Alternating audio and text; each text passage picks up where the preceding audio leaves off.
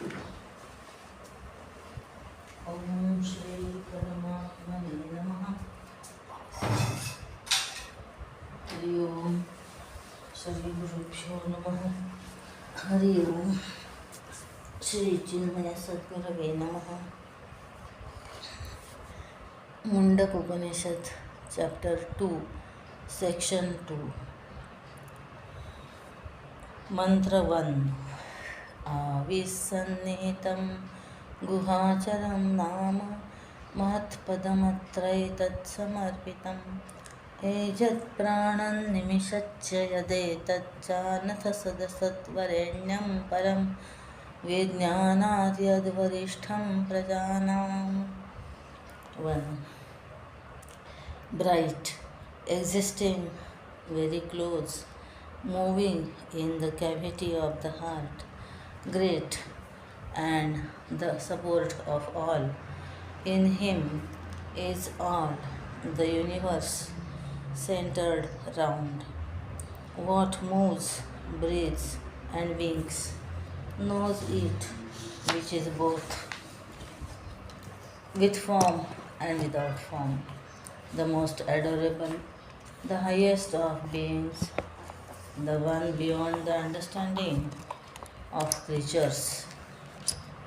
In this section, Shruti proposes to give her readers a complete picture of truth and a direct method of flight for this glorious destination is also pointed out. As such, it is only just in the fitness of things that she should open this section with such a pregnant stanza, indicating in its phraseology a wealth of meaning and a host of significance. Bright.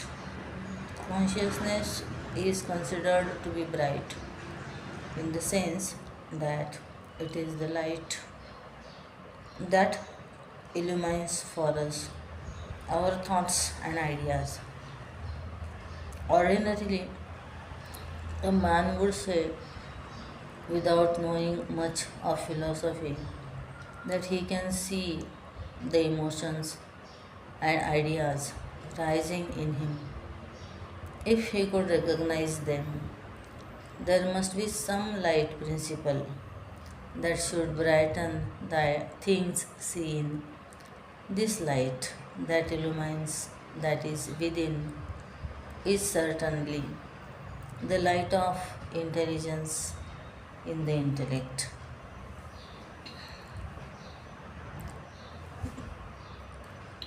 This is not the physical ordinary light as known to the scientists. It is the consciousness, the life principle in the individual. Existing very close, the Atman or the divine spark in us is considered to be the closest to us, since it is the very center of our entire personality compared to its nearness to us. Even the body is a distant object. We use the pronoun that to indicate something which is farther from another object which is nearer to us, indicated by the term this. Compared to the Atman, even the intellect is but an object distant from it, and so it has to be indicated by the term that. The center, the nearest one, is this Atman. The object is the nearest to us because in our real nature we are the subject, and everything other than the subject constitutes the world of objects. The Atman is the center, and the objects constituted by the world of ideologies, feelings, and matter are all widening circles of concentric circumferences around the same center. Here, Shruti is perfectly scientific in indicating the spirit as the nearest to us, moving in the cavity of the heart. In the love heart is the cave of intellect, in which intelligence resides. And according to the Vedantic language, Atman or the spirit is the central light in the intelligence. The best part of potato puff is certainly that peace which is in the core of it. The heart in man is universally accepted as the seat of all that is humane, and intellect, honeyed by the sweet contents of our love heart, alone has the divine qualities, and the required subtlety to seek and find the spirit in us. The consciousness is to be realized in the intelligence when it is integrated completely through a harmonious process of balanced development of both the head and the heart. Great and the support of all. The eternal we have already found must be formless, and the formless must be all pervading. Elsewhere in the Shruti, we have the statement that truth pervades all and nothing pervades it.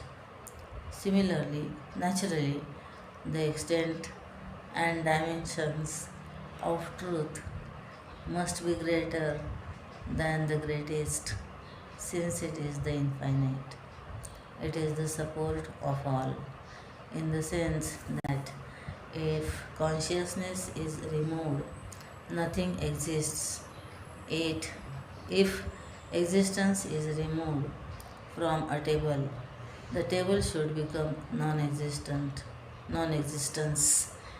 The self being the very source of all, it becomes the cause for everything perceived or felt. The cause is the support of all the effects.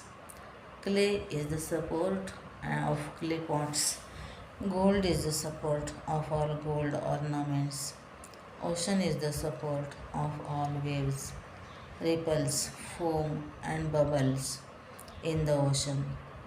In this sense, the Atman or the Self is here described as support of all. Moves, breathes, and wings. Under these three classifications, one can bring the entire universe, rivers, waves, trains, and cars, though inert in themselves, fall under the category of those that move. So too the concept of time. The entire kingdom of living beings breathes, and with intelligence the winking starts. So that on the whole, Mother Shruti here includes in her definition of the entire universe constituted of inner bulks that move, the entire kingdom of living organisms and intelligent beings.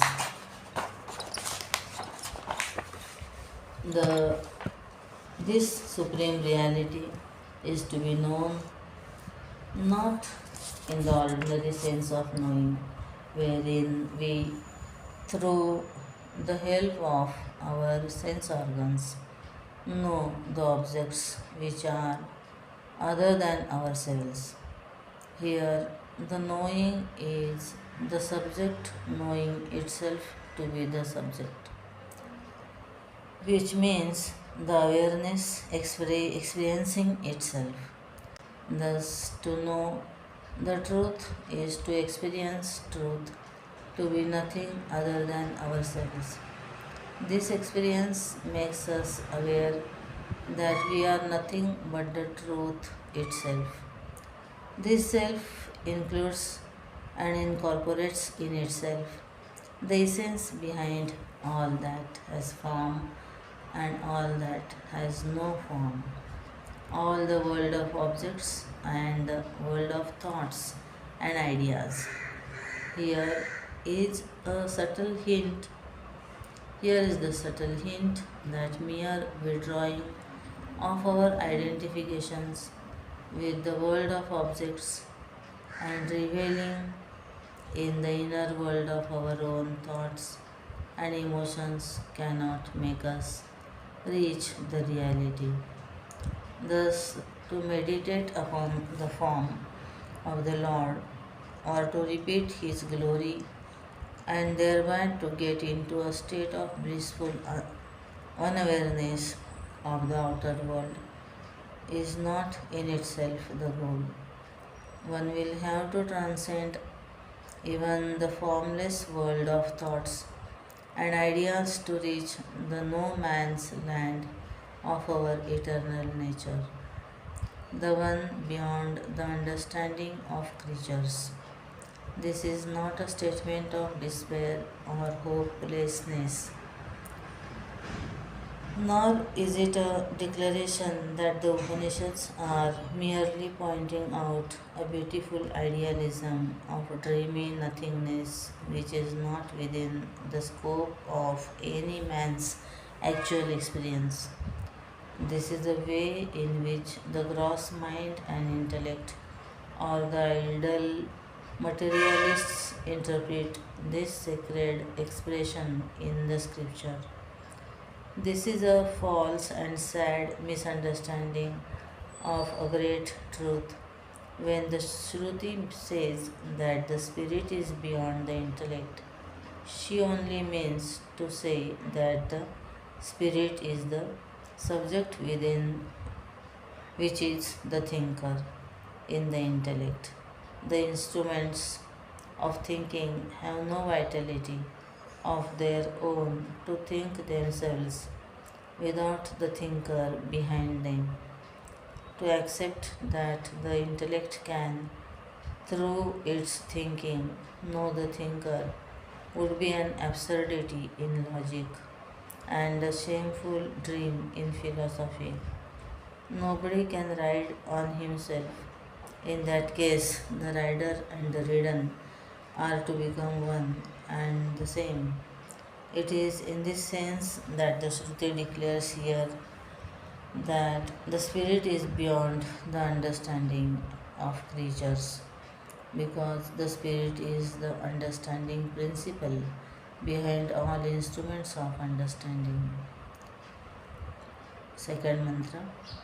यदर्शिमद्यणुभ्योऽणु च यस्मिन् लोका निहिता लोकिनश्च तदेतदक्षरं ब्रह्म स प्राणस्तदुवाङ्मनः तदेतत् सत्यं तदमृतं तद्वेद्धव्यं सौम्य विद्धि. 2. Luminous, subtler than even the subtlest, that imperishable Brahman alone is the abode of the world and all its inhabitants. He is the life, speech, mind, reality, immortality.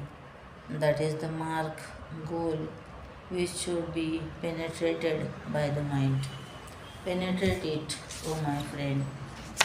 In the light of the exhaustive treatment we had of the previous mantra, this statement shall not in any way be very difficult for anyone to follow. Subtlety in philosophy is measured by its pervasiveness. Thus, solid is the grossest. It is grosser than the liquid, and the liquid is grosser than the gas. The truth is, as we have seen, all pervading and naturally. It must be subtler than the subtlest we can think of. Abode. It is that to which we go back when tired or when the work is over. Brahman is here described as the abode of the universe and the creature living in it. In the very same sense, out of truth came life and matter. In it they exist, and into truth they shall go back ultimately. This center of life reigning in us, this seat of consciousness is to be penetrated, says the Shruti, by ourselves with our mind. In Vedanta, mind and intellect are considered to be one and the same stuff, and it has different names, only to indicate its different functions. With the intellect to discriminate and separate the dead matter from the dynamic spirit is the Vedanta sadhana for the intellect, which is fulfilled only when we seek and establish our identity with the spirit. Feel, feel, feel, feel the eternal nature of the spirit, which is all pervading, all perfect, and all full. This is the method of Vedanta meditation. Know, feel, expand, and realize. How to penetrate is explained below in the subsequent two famous mantras. The voiceless enthusiasm and irrepressible anxiety of the Guru is palpably evident in his emphatic repetition when he says, penetrate it, O my friend. 3. धनुर्गृहीत्वोपनिषदं महास्त्रं शरं युपासानिशितं सन्दयिता आयम्य तद्भावगतेन चेतसा लक्ष्यं तदेवाक्षरं सौम्य विद्धि. 3. Having taken the great weapon, the bow furnished by the Upanishads, and fixed in it the arrow rendered pointed by constant meditation, and having drawn it with the mind fixed on the Brahman, O good-looking youth, penetrate that mark, the immortal Brahman. 4th mantra. Pranavo dhanusharo yatma brahma tallakshmuchyate apramatena vedhavyam sarvattanmayo bhaveta. 4.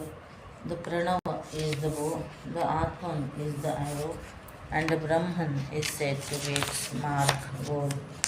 It should be hit by one who is self-collected and like the arrow becomes one with the mark that is Brahman. In these two inimitable mantras, we have one of the many examples in Hindu philosophy where poetry and thought are welded together. Literary art nowhere in the world has so far outshone as it is here.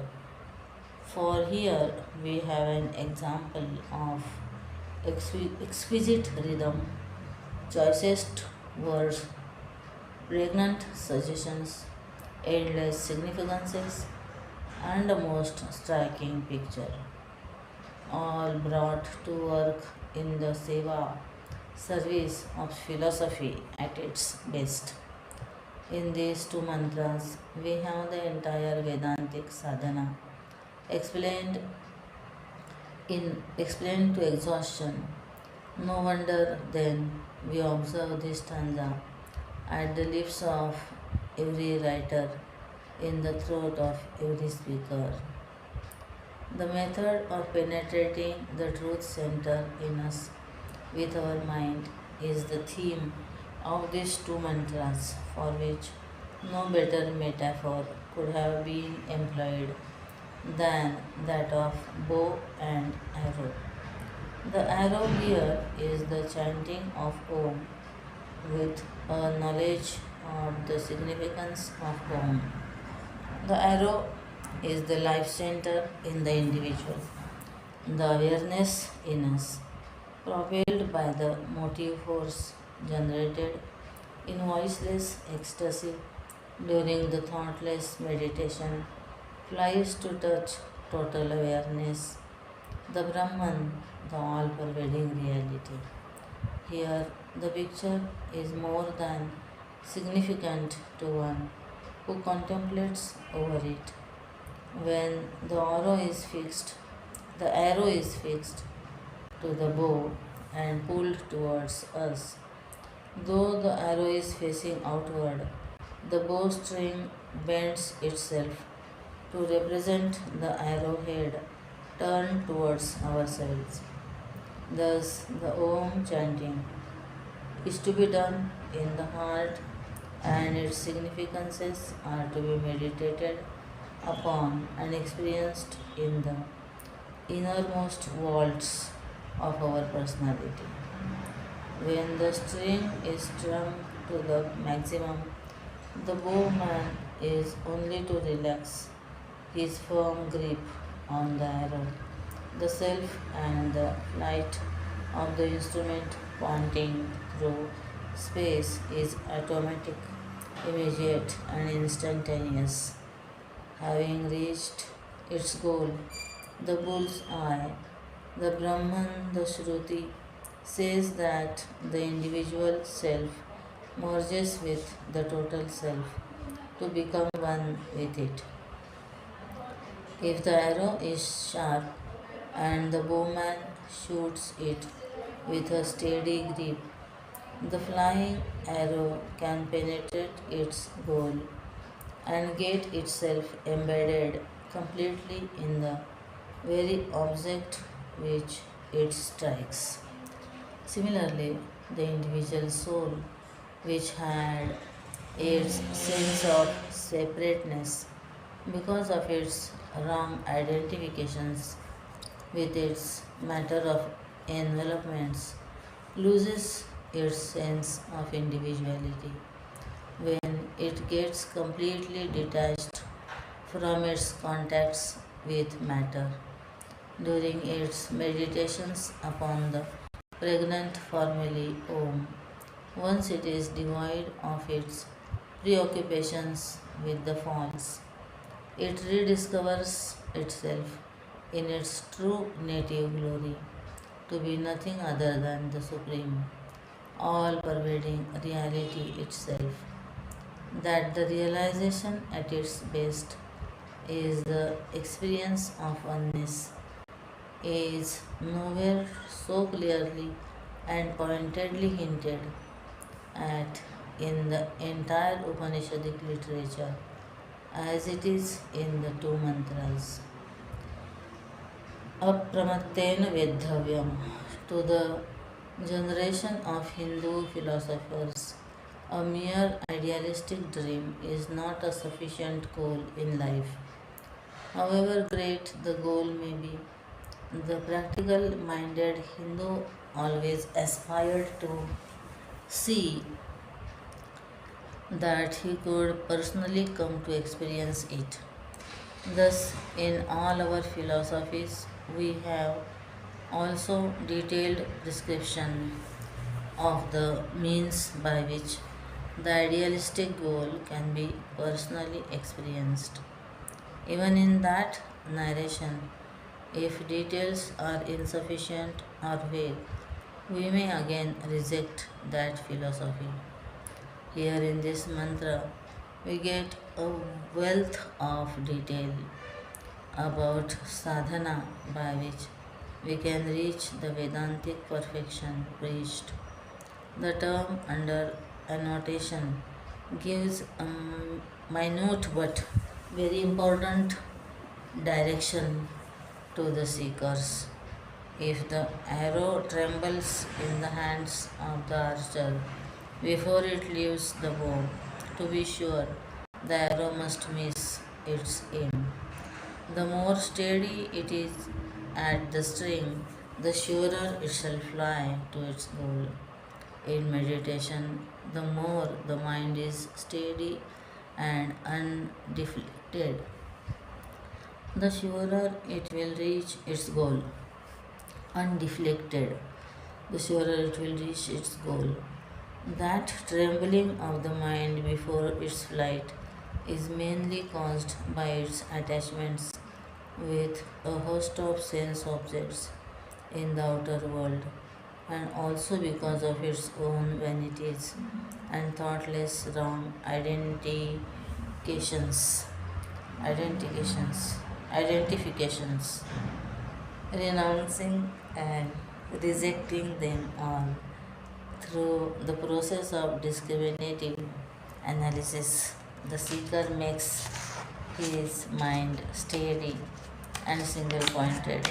Such a prepared mind takes to meditation as duck to water.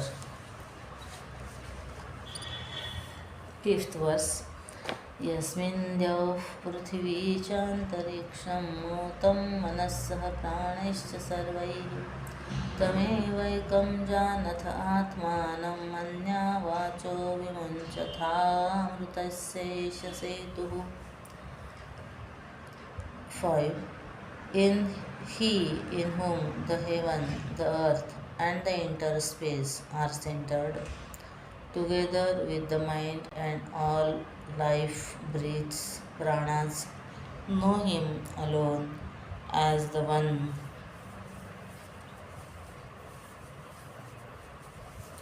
self of all, and desist from all other talk. This is the man's bridge to the shore of immortality. Across the ocean of life are centered. The cause is the very substance of the effect. Mud is the very essence of all mud pots. It is in this sense that the Shruti says that the entire world of things and beings, including the mind and its activity and their activities, is in essence nothing but the supreme consciousness. Not realizing this, we identify ourselves with a finite world of objects and our true ever changing mind, and thus come to sorrow, feeling of frustration, imperfections, and limitations. The Shruti here gives us a sure method by which we can end all pains and sense of limitations by knowing the seat of our consciousness in ourselves. Know Him. Here, the term know does not mean the ordinary meaning of knowledge, knowing the object through intervention of the instruments of knowledge. Here, the object of knowledge is but the subject itself, and as such, here the word know means only a rediscovery, a recognition. This rediscovery or self realization is not possible so long as the seeker is preoccupied with the world of external objects and their problems, and hence the Shruti advises every seeker to desist from all other talk. So long as a seeker is worried about the world or its problems, social, communal or national, his attention will be always extrovert. So long as even a ray of his attention is turned outward and is engaged in cognizing the objects there, he cannot have the joy of self discovery. This is a law which is very well known to all of us in our own limited experience. So long as I am aware of even the minutest portion of my dream, I cannot come entirely to my waking state consciousness. Once in the waking state, the dream is entirely transcended. Similarly, unless we transcend entirely our waking, dream, and deep sleep states of consciousness, we cannot hope to peep into the blissful abode of the self. Thus, during the period of seeking, it is a binding law that we must entirely give up our preoccupations with the outer world. Across the ocean of life, across mounting waves of ever changing inconsistencies in the welter of the delusory finite world of plurality. This alone is the bridge to the shores of immortality. So long as we have not realized the self, the sense of finitude and imperfection will choke us, and in order to realize the self, the way to is to relax completely from our activities of cognition of the worlds, both without and within. In short, the mind and intellect should be transcended. In other words, the ego is to be eliminated. The ego, being the awareness conditioned by our mind and intellect to transcend the mind, is the same as to surrender the ego. Mantra number 6. Ara iva rathanaಭೌ ಸಂಹತಾ ಯತ್ರ ನಾಡ್ಯಃ सएषोऽन्तश्चरते बहुधा जायमानः ओमित्येवं ध्यायथ आत्मानं स्वस्ति वः पाराय तमसः परस्तात्. 6. Where all the nerves meet like the spokes of a chariot wheel in the hub, there within the heart he moves, becoming manifold. Meditate on that self as Om. Godspeed to you in crossing to the farther shores beyond darkness. Hub is the point that is in contact with every point in the circumference, and it is that which equates all the different tensions working in the entire wheel.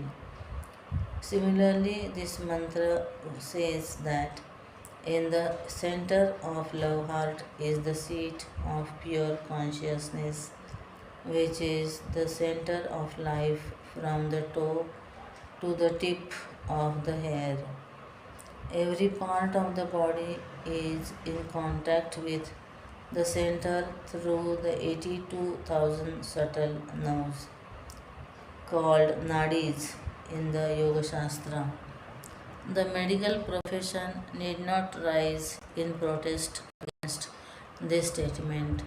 It is true that scalpel and scissors cannot expose and discover these nerves.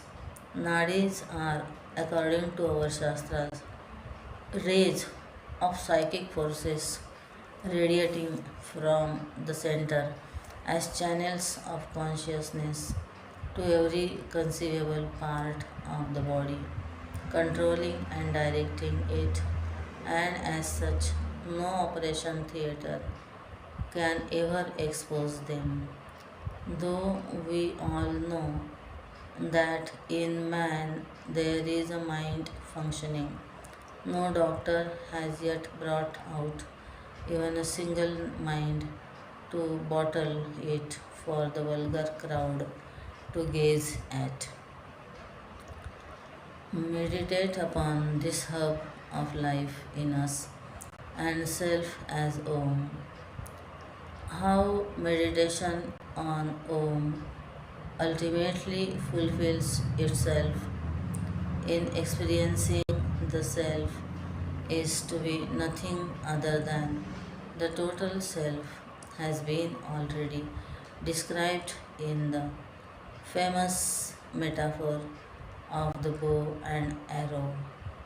After thus explaining the goal and the way, the Master, in all enthusiasm, and with an inexpressible joy cries, Godspeed to you. No master can bless a seeker more than by explaining the goal and the path. In fact, there the master's job ends. Thereafter, all that he can do for the seeker is to encourage him now and then with repeated wishes to Godspeed to him on his path. The pilgrimage is to be pursued by the seeker himself, and every step is to be taken by himself. Mantra number 7. Yas sarvajñas sarvavit yasesh mahima bhuvi दिव्ये ब्रह्मपुरे हेष व्योम्यात्मा प्रतिष्ठितः मनोमयः प्राणशरीरनेता प्रतिष्ठितोऽन्ये हृदयं सन्निधाय तद्विज्ञानेन परिपश्यन्ति धीरा आनन्दरूपममृतं यद्विभाति. 7. He is all wise and knowing, and his is verily this glory manifest in the world. In the sky of heart, the luminous city of Brahman, he is established, clothed in mind and guiding life and body. With his seat in the heart, he lives in the whole body of man. In the perfect knowledge of him, the wise realize the state of blissful immortality. In the previous mantra, the seat of consciousness was only generally indicated as the hub of life in the body. Here we have now a clear explanation of where it can be most clearly perceived. The term all wise and all knowing have already been explained. His is verily this glory. There are very many statements repeatedly emphasizing this idea in almost all the Upanishads. It is his glory, might, or power that is behind every law of nature.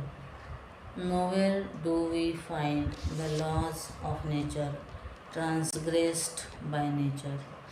The law is inviolable and unbreakable. The sanction behind the law is the glory of the lawgiver. Brahmapure. The term is to indicate the spot where Brahman or the total self resides.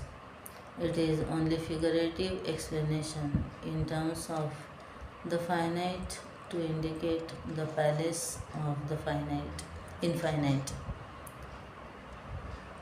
Palace of infinite. This land of the self is described as luminous because consciousness is the very illuminator of all the objects and the illuminating principle in all the planes of consciousness. This is considered to be located in the cave of the heart because it is there among the vibrations of the intellect and the waves of thought that a seeker can struggle to discover the pure consciousness. Though seated in the heart, he is the very substance of all the activities of the body, the vital airs, the mind, and the intellect. To know this is to realize the Brahman, to fulfill the supreme goal of life. Here the doubt may come in the mind of the seeker whether by realizing the spark of life in us, we will be at once realizing the infinite glory of the all-pervading.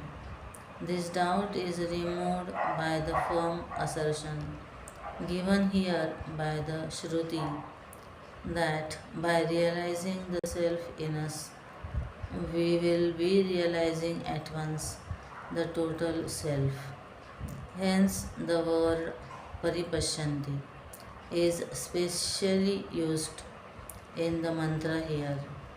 When a bottle is broken, the bottle space, in realizing its own nature, realizes at once the nature of the total space, not only the vast space unconditioned, but even the nature of every space remaining now within limitation and unconditioned. In order to gain this self discovery, the unavoidable quality to be developed in discriminative intellect.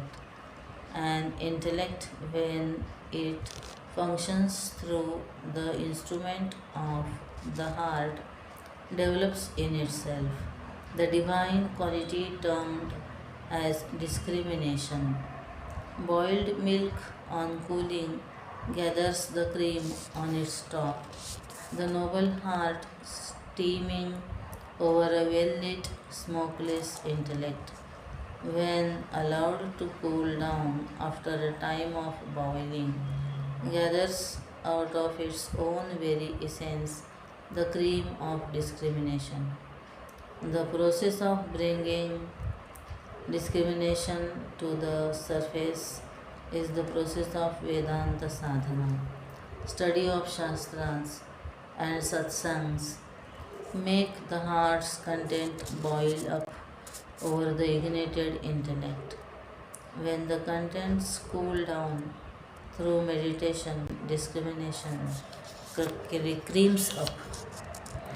Such seekers who have thus gathered the wealth of discriminative intellect are termed in Vedanta as dhiraha. Such a pilgrim, rich in this rare wealth, fulfills the pilgrimage and comes to enjoy the state of perfection, which is his eternal heritage. Mantra number 8.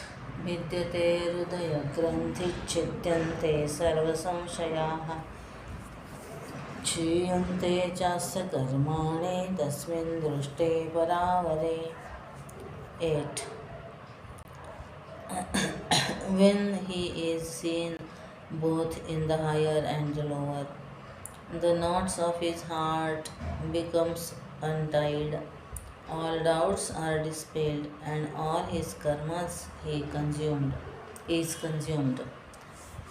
That infinite cannot suffer the finite in itself. From the standpoint of the finite is not. The sun knows no darkness, since light cannot suffer darkness.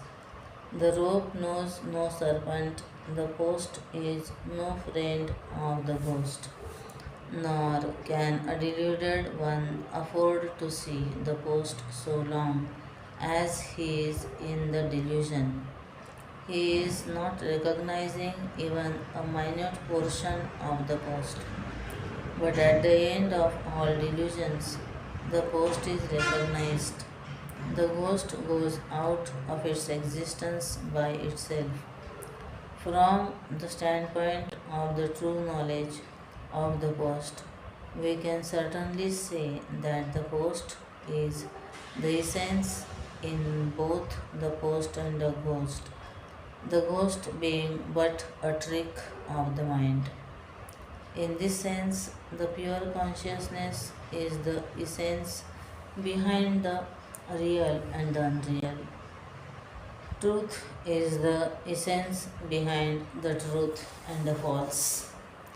It is with this idea in mind that Mother Shruti says in this mantra that having realized him who is both high and the low, there shall thereafter be none of the experiences of ignorance with that seer of wisdom.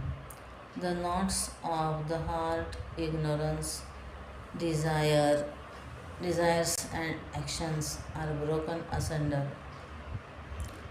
Ignorance, desires, actions are broken asunder.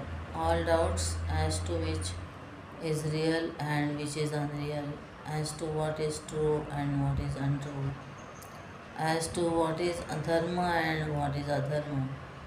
All such doubts get themselves solved with the experience of reality. Such a one cannot be caught within the web of past actions and the present reactions, and thus brought to be bound to the wheel of life and death. The ego alone is responsible for the egoistic actions. Naturally, it was the ego that was suffering the consequence of its actions. But when the ego got merged with the reality, there is no actor anymore, and so there can be no enjoyer of the reactions. The dreamer in me, while dreaming, becomes the dream father of the dream son, born to my dream wife. But on waking up, the dreamer has ended, and so the awakened me shall have no botheration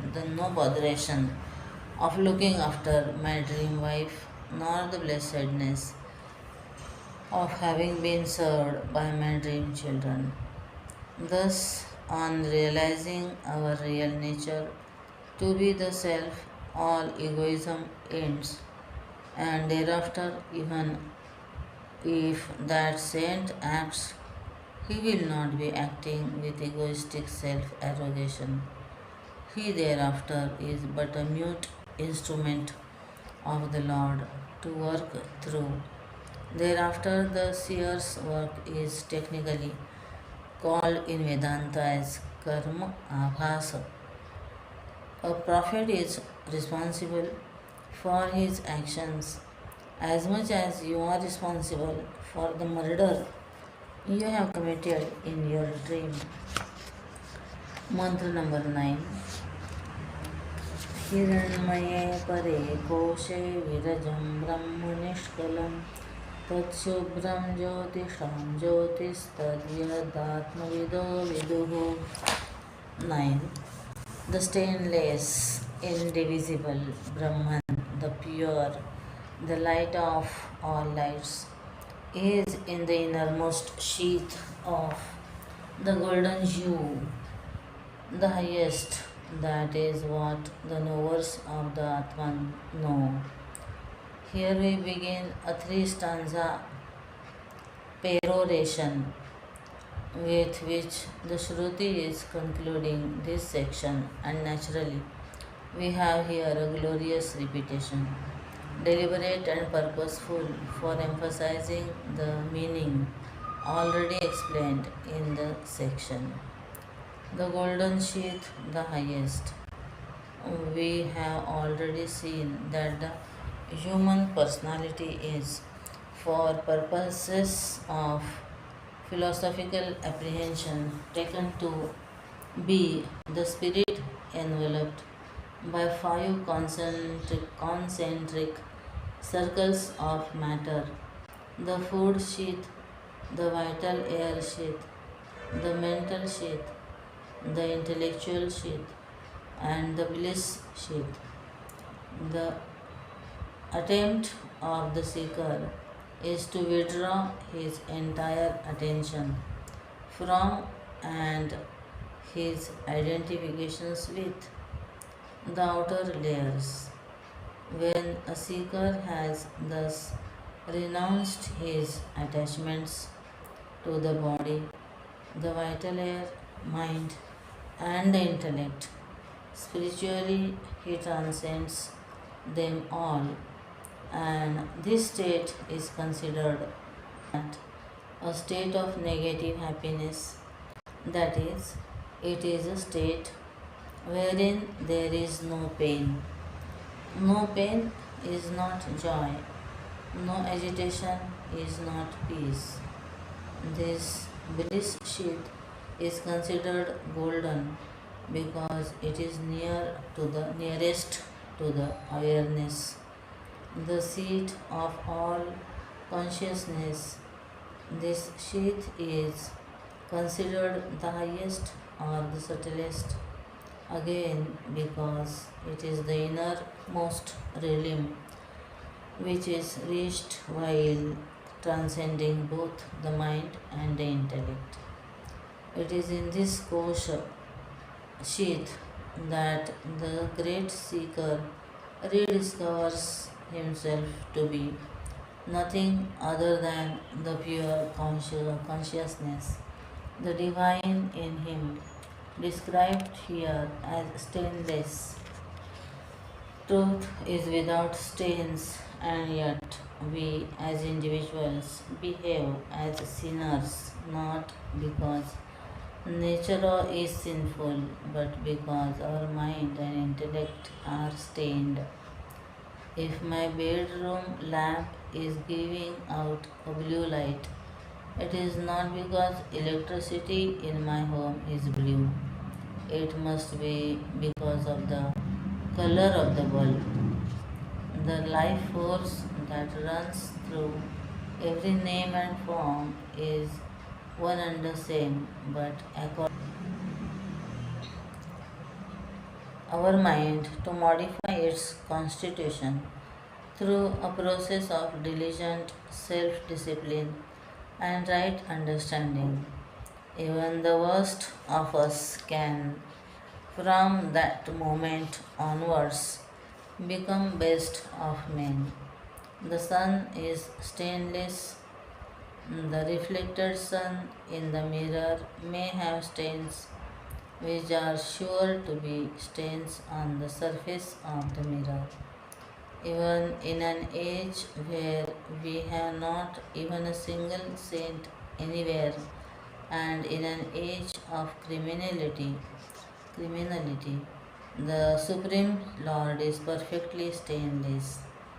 All other epithets of glory used here for Brahman have been already discussed in the earlier mantras. We only invite your attention to them. Mantra number 10. न तत्र सूर्यो भाति न चन्द्रतारकं नेमा विद्युतो भान्ति कुतोऽयमग्निः तमेव भान्तमनुभाति सर्वं तस्य भासा सर्वमिदं विभाति. 10. There the sun does not shine, nor the moon, nor the stars. These lightnings also do not shine. How then can this earthly fire? Verily, everything shines after him, reflecting his glory. This whole world is illumined with his light. This verse also appears in Kathopanishad 2:5-15 and Upanishad 6:14.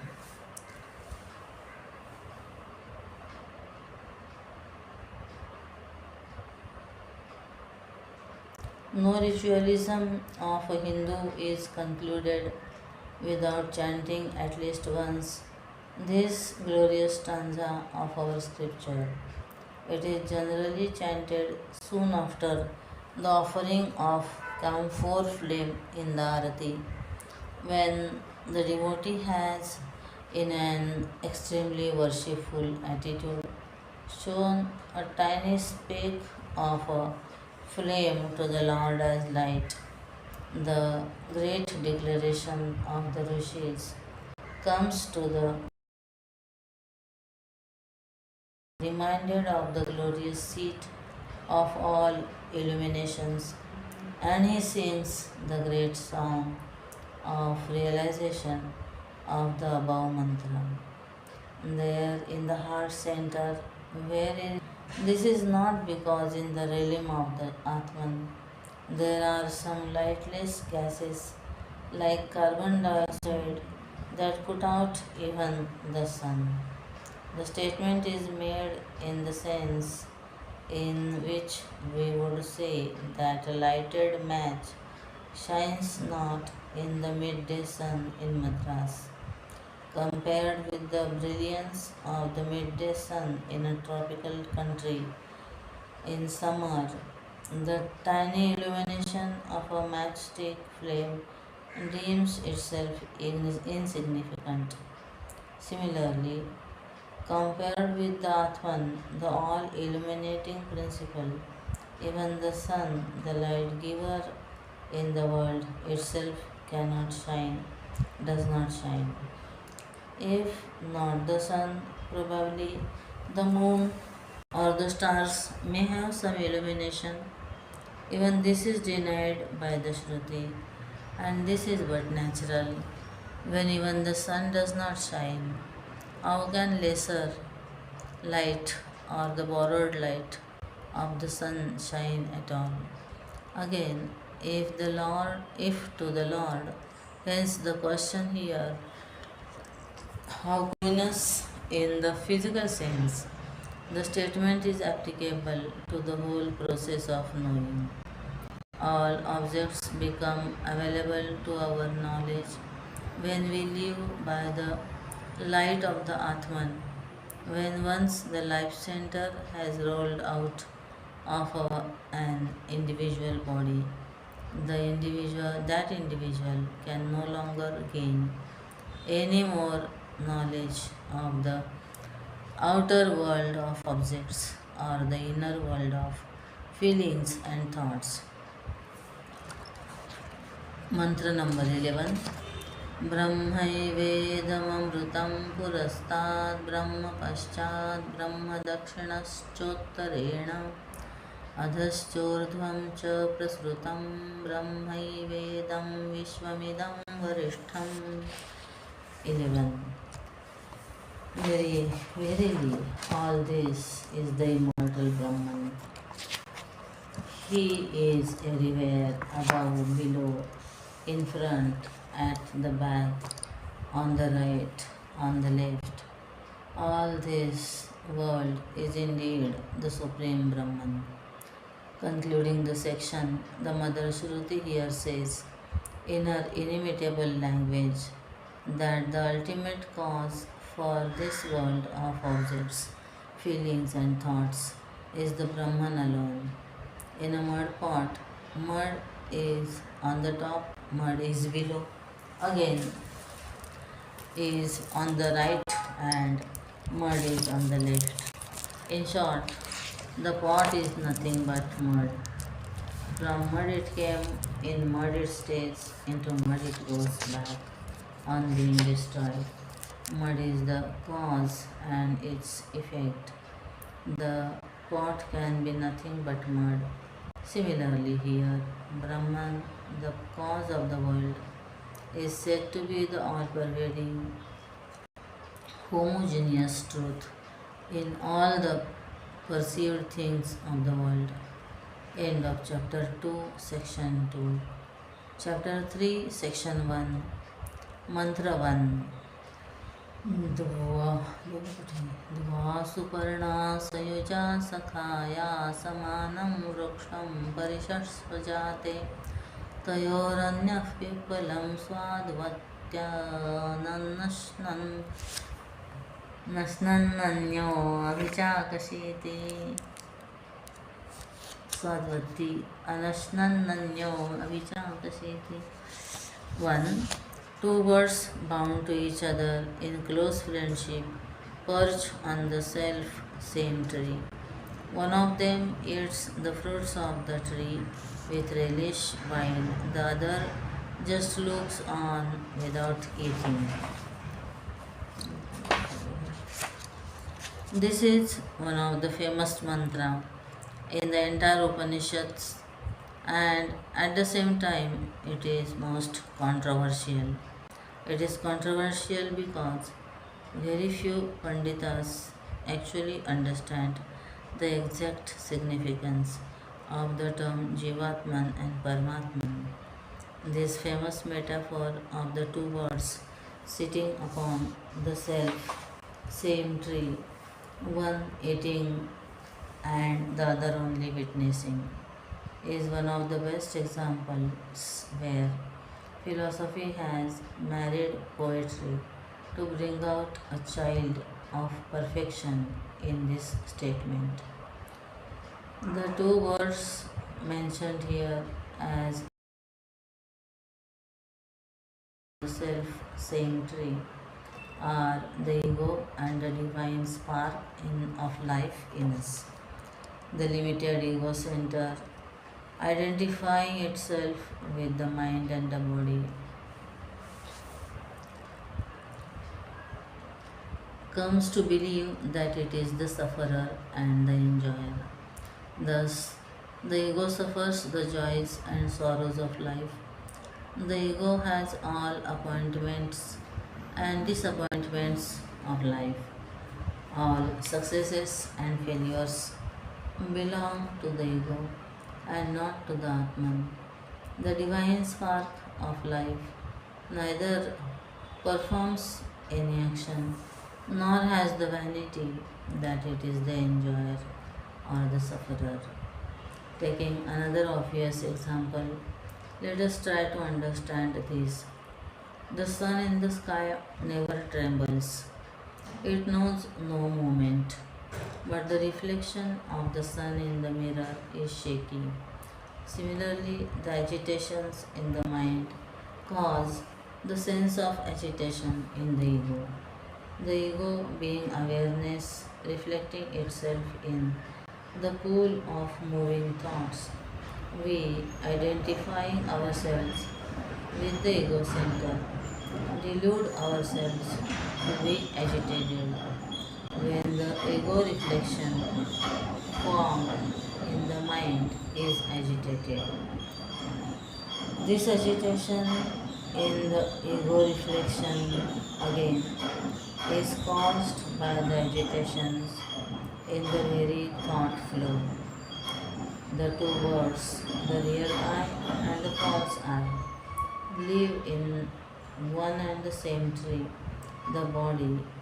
The ego, in its delusions, goes on picking at the hanging fruits and comes to suffer joy and or sorrow, satisfaction or dissatisfaction, according to the taste of the fruits picked. Some are ripe, some are unripe. The ripe ones are sweet, the unripe ones are sour. But the other bird, which all along remains in unperturbed tranquility, merely goes on witnessing the joys and sorrows of the world, busy with the fruits. Here, the foreign inner mental attitude cannot in itself give us either joy or sorrow unless we get deluded and attached to it. The witnessing bird, though it lives on the same tree, comes to suffer neither the sourness nor the sweetness because it has no desire to taste the hanging fruits, nor does it entertain any hope to gain happiness from those fruits. It only goes on witnessing, to remain as a pure witness rooted in our own real nature, as the all perfect, all blissful, pure consciousness is to transcend all pains, limitations, and sufferings. So long as we are standing on the escalator, we shall be moving in spite of ourselves. In case one standing on the escalator wishes to take rest on the terra firma, he can do so only if he steps off from the moving escalator to the wayside footpath. Similarly, so long as we are living and working on the ever moving and ever changing material plane, peace and joy shall be ours. If off from the moving medium to the infinite, eternal, unchanging plane of pure consciousness, we shall have the unchanging peace and deathless glory. Identifying ourselves with the changing finite, we become the sorrowing bird. Identifying ourselves with our eternal nature as pure life, we shall rediscover the peace and dignity of the witnessing bird. In the next mantra, this idea is more clearly brought out. Mantra number 2. समाने वृक्षे पुरुषो निमग्नो अनिशया शोचति मुह्यमानः जुष्टं यथा पश्यत्यन्यमीशमस्य महिमानमिति वीतशोकः. 2. Seated on the same tree, one of them, the ego, sunk in ignorance and deluded, grieves for his impotence. But when he sees the other, the Lord, the worshipful, and all also his glory, he becomes free from dejection. This mantra throws a flood of light on the previous one, since this Shruti is pointedly declaring what the two words stand for. Ego is the supreme awareness expressed through the mental agitations and the intellectual throbbing in man. This evil has come to exist to the due to its own ignorance of its real nature. It entertains desires and strives to fulfill them in the outer world of sense objects. Thus, the ego center, perplexed as it were, continuously grieves in its own state of impotence and helplessness. Is it a destiny of the ego to suffer thus eternally in its own delusions? The Shruti here answers most pointedly that this game is in ignorance is only a temporary, passing one, and that at any moment a jiva could reach the state of peace and perfection by merely discovering its own real nature to be nothing other than that of the witnessing world. The crawling form, the shiny skin, the horrid patches, the terrible food, the deadly fangs all belong to the delusory snake and not to the rope, which is the reality behind it. The one who in his delusion has come to be threatened by the disturbing aspects of the snake has only to seek the and discover the rope behind it. The vision of the rope means the total cessation of the vision of the snake and a total regaining of his own permanent state of normality. Similarly, the various therefore fails to discover the true and the real, which is eternally there behind itself. Hence, the scripture says, when he sees the other, the Lord, and realizes his glory, he becomes free from dejection. Mantra number 3. यदा पश्यते रुक्मवर्णं कर्तारमीशं पुरुषं ब्रह्मयोनिं तदा विद्वान् पुण्यपापे विधूय निरञ्जनः परमं साम्यमुपैति. 3. When the seer realizes the self-effulgent Supreme Being, Ruler, Maker and Source of the Creator, even then that wise one, shaking off all deeds of merits and demerits, becomes stainless and attains the supreme state of equipoise. An aspirant during his seeking is but a deluded ego, striving hard to rediscover for himself the reality behind the unreal, the true among the false. But every aspirant of truth seeking is the seer of tomorrow, when the aspirant through meditation has successfully and completely withdrawn his entire attention from the outer world of sense objects and his inner world of thoughts and feelings. He releases within himself a mighty power of energy free for application.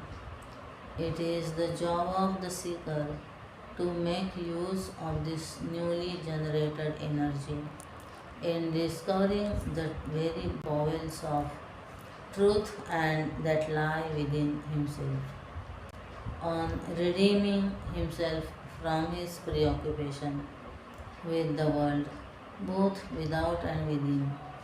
To some extent, he experiences a state of vacuum or zero, which is experienced as a blank or void only with reference to his own previous experiences of mental agitations and intellectual disturbances. With reference to the dream which the dreamer was seeing, when he wakes up, he can certainly say his mind is void of the dream and his dream experiences. A seeker observing within at this moment discovers for himself that this void is a fact positively known and realized by him, and therefore there is a positive awareness which is making it possible for him to be conscious of the very state of blankness. Thus, to a seeker, the mental void becomes a serene object for contemplation, and at this moment he becomes aware of awareness itself. The scripture here says, when such a diligent and lucky seeker successfully rediscovers himself to be nothing but the all pervading, the light of lights, the pure awareness, which is the reality, the source of light behind every name and form, in him all moral agitations end, and no more dare the sense of limitation and finitude reach his bosom to make him choke with the agonies of his spiritual unrest. He reaches a state of absolute and unshakable equipoise. No circumstance in the world can of the stormy sea of egoistic life. Such a one, in his realization of his own supreme dignity, no more hopes or craves to gain merits or dares to get himself upset by the soul killing fears of demerits or sins. The sins or demerits are all qualities of the mind.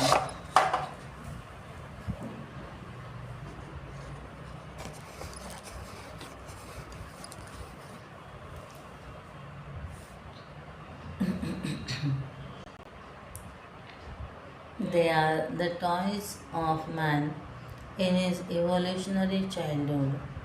When he grows up and grows beyond the second womb existence as an ego, he throws off these ego shells, mind and intellect, and comes out to the realization of that he is the all pervading pure awareness.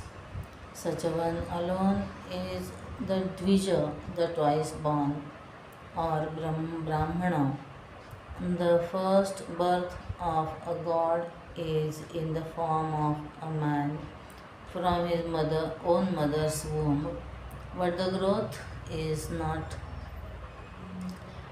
complete and the cycle is not full until the man grows in the warmth of his own intellectual discrimination and meditates in peace till out of the limited confines of his own mind intellect egg he has to hatch himself to come out to be the true God man. Mantra number 4. प्राणो शेषयः सर्वभूतैर्विभाति विजानन् विद्वान् भवतेनातिवादी आत्मक्रीड आत्मरतिः क्रियावान् एष ब्रह्मविदां वरिष्ठः. 4.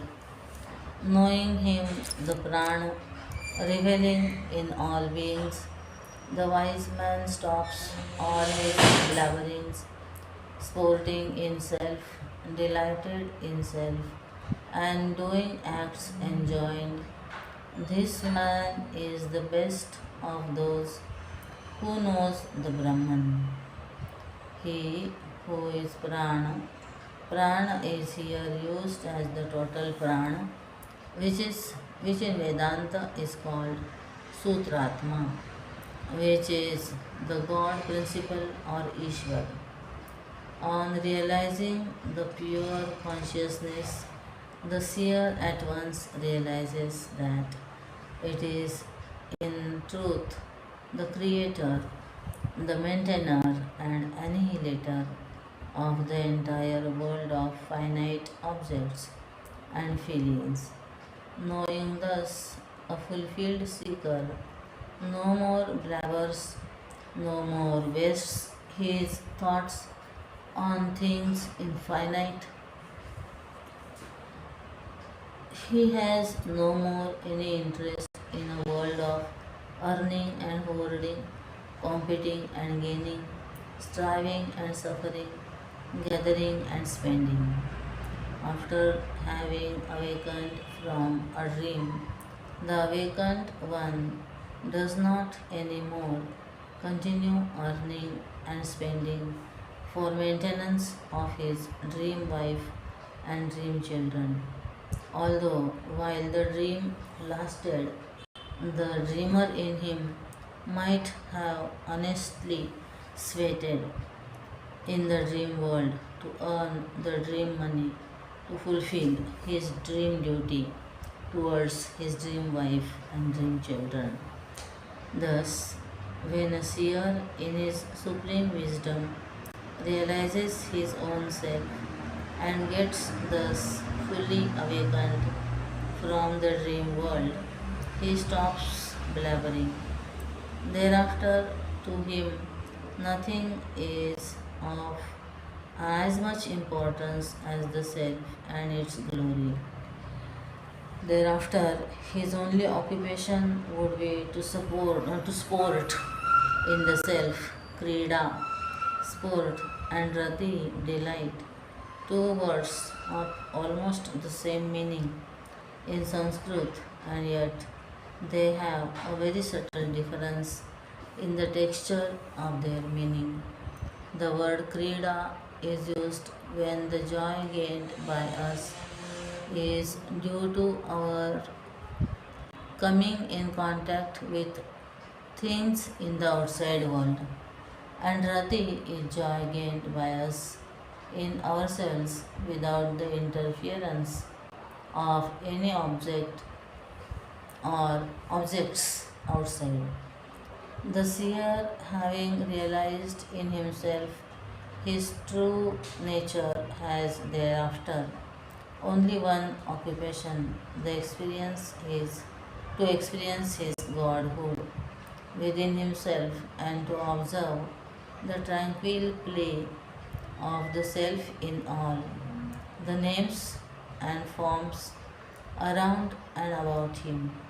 Thus, sheer experiences selfhood both within and without, and lives on the eternal life of light, power, wisdom. Half understanding of Bible or scripture is more dangerous than not knowing it at all. It is probably the bookworms, half learned bookworms that have brought about in India the tragic tradition that the realized saint has, after the self discovery, no work to perform. There are no doubt statements to that effect in the scriptures, but therein anyone who is well initiated into the truth of the literature can understand that Shruti has meant only the renunciation of all desire prompted egoistic actions. This statement cannot and should not be taken to mean a license of inaction or a merciless indifference to the needs of the times and to the sufferings of the generation. It is only in the interpretation of decadent Hinduism given out by a self indulgent Pandit class, mainly to an audience who are themselves idle and ineffective, that such a distortion of our noble philosophy has come to be perpetrated and perpetuated. Renaissance Hinduism cannot and will not willingly allow such a dangerous and ugly ideology to muddy the serene waters of the Upanishadic philosophy. Here in the mantra, this absurd idea of sleeping saints and, and idol masters have been atom bombed by the term Kriyavan. He must be active, and he alone can, in the true sense of the term, be active. His selfless action alone can bring in any enduring cultural upliftment for the society of animal men. If we have today anything to be congratulated upon in terms of our own mental and intellectuality, and in any sense, if we can claim any nobility or superiority over the animal or the brute, it is all entirely due to the blessings of men of God realization. It is not the sword of the warrior or the might of the emperors or the intellect of the scientists that has given us the enduring polish of culture and civilization, both in the worlds outside and within. From the rudimentary and early lessons of taming the brute to the highest philosophies and practices which guided men to the very seat of godhood, every bit of human redemption has been the contribution of God men. Therefore, when seers in India took to physical retirement, the nation and the culture fell into disuse and misuse. Even Shankara, who cried down desire prompted actions, was himself one of the most dynamic political, social, and religious workers of his own times. Shruti denies to the seeker only selfish actions and not selfless actions of benediction. Shruti here sanctions and applauds such selfless actions and prescribes it as the natural occupation of all saints of true realization. Verse number 5. सत्येन लभ्यस्तपसा ह्येष आत्मा सम्यक् ज्ञानेन ब्रह्मचर्येण नित्यम् अन्तःशरीरे ज्योतिर्मयो हि शुभ्रो यं पश्यन्ति यतयः क्षीणदोषाः. 5. The self is attained through veracity, concentration, wisdom, and continence. Cultivate all of them constantly. When impurities thus dwindle, the ascetic beholds him stainless, resplendent within his very body. Satyam, truthfulness; ahimsa, non-injury; brahmacharya, self-control, are the three main cornerstones of the temple of Hinduism. Even when our scriptures enumerated these three fundamentals for a purely godly life, they took pains to see that Satyam, truthfulness, has become mentioned as the first. Satyam is that which is not false. In ordinary transactions of life, we mean by truthfulness a complete faithfulness between the thought in the mind, the words expressing them.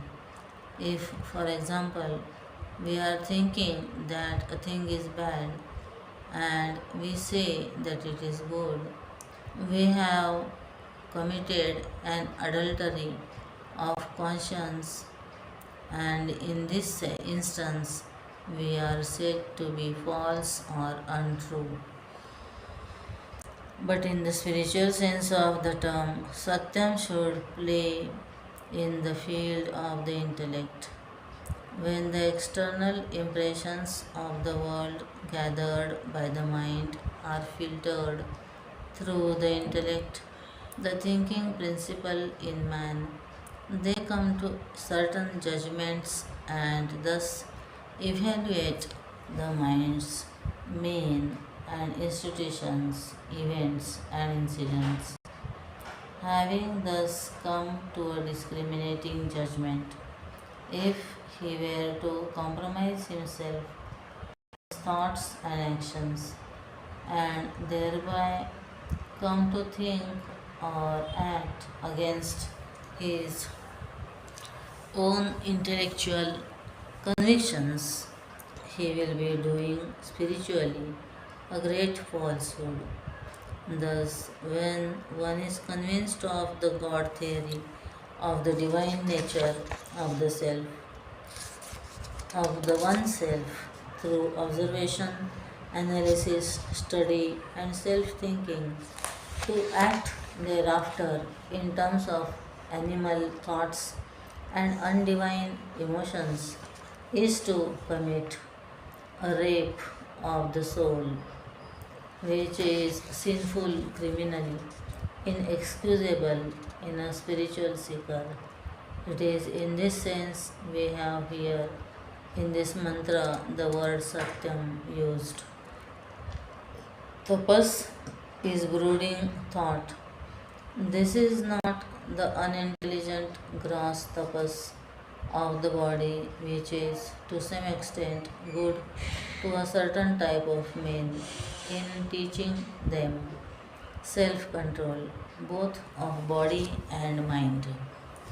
When one has practiced the vow of truthfulness and meditation, tapas,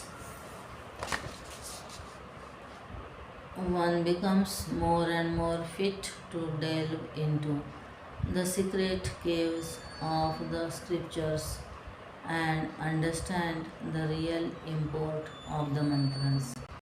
Thus, the student who had his own initiation into the sacred texts earlier comes to gain brighter and greater glimpses of an ever increasing prospect of newer significances and ampler imports in the text of the Shruti.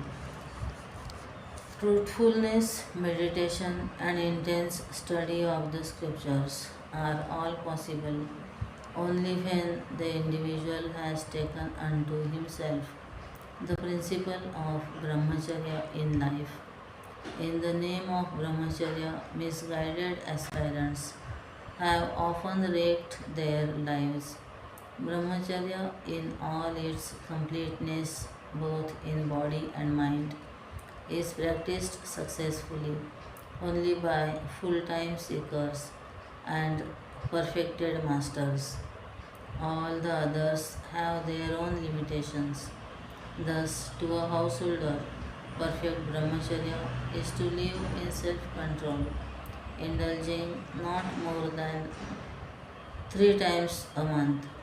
Many a young family has been wrecked by disorder and discord because one of the parties becomes all of a sudden over enthusiastic and suddenly takes to the vow of self control without caring to train his partner also in the divine path.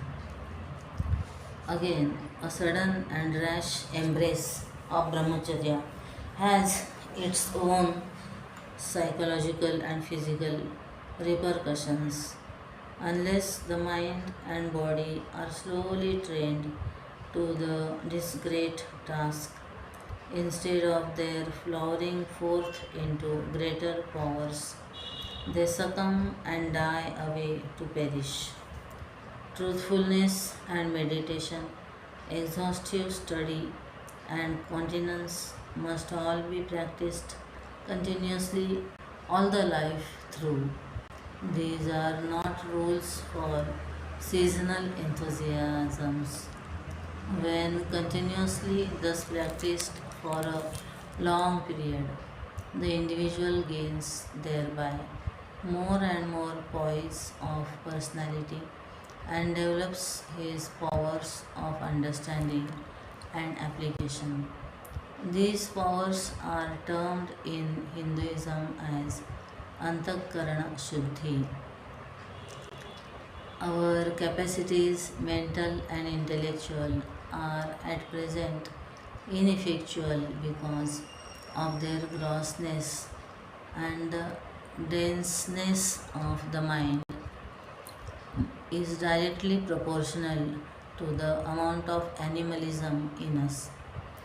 Once through the above practices, one starts living the life of self control, truthfulness, and meditation upon the spiritual contents in him.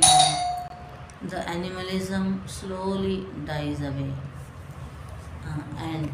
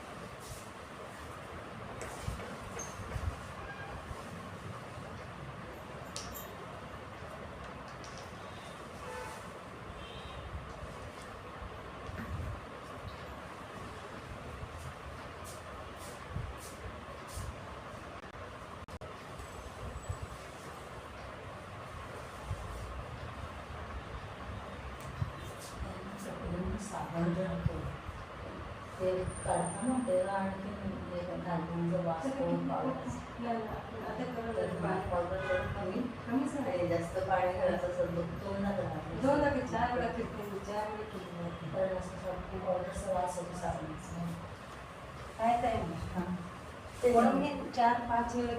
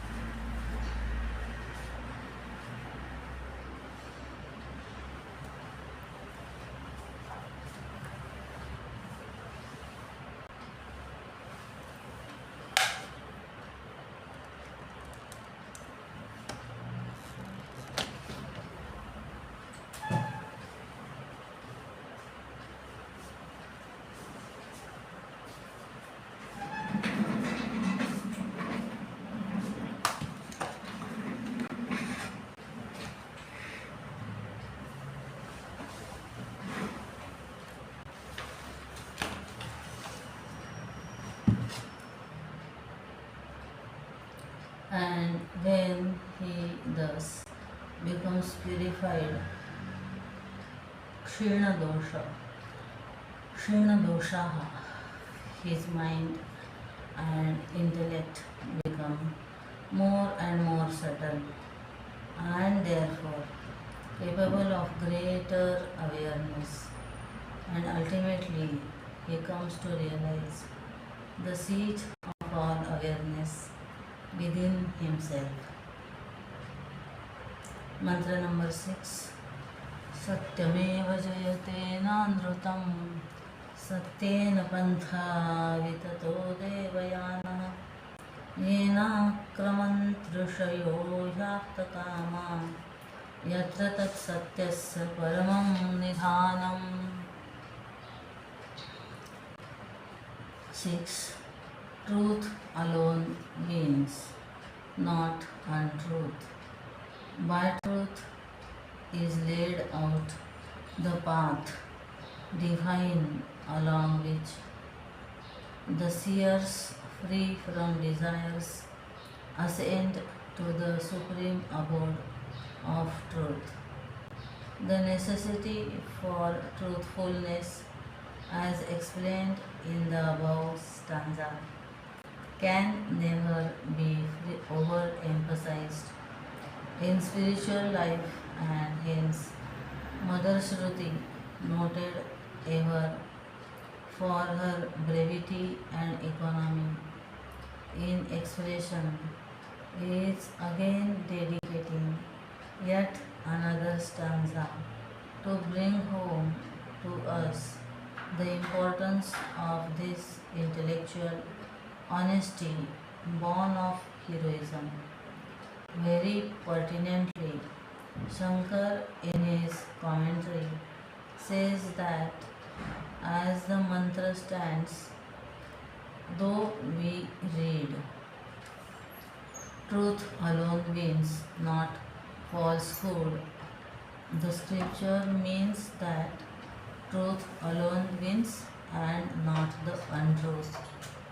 In fact, no great quality, however noble and divine it may be, has itself any strength, truthful, or capacity to do or undo the man living his life. It is only when we lend our own personality in our identification with the noble qualities that they gather in themselves and energy potential to bless us. It is not the chisel that shapes the forms, it is not the brush that lends light to the canvas. No doubt the chisel and the brush are necessary, but they can produce the art pieces only when they are in the hands of a master sculptor or a great painter. This is true with all ideologies. The greatness of an ideology is not, in fact, in the ideology, but it is in the subject which lives that ideology. The extra importance it is given to truthfulness, that because the Shruti declares that not only is truth the goal,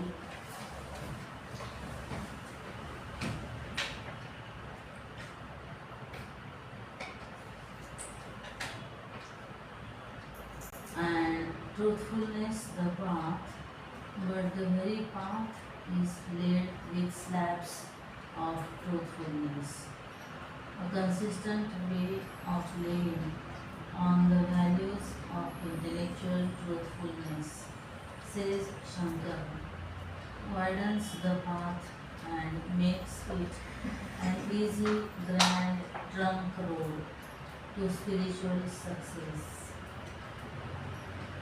Devayana may be taken to be in the most general sense a life of intelligent spiritual striving. The path divine runs through truthfulness and is led by the concrete acts of truthfulness.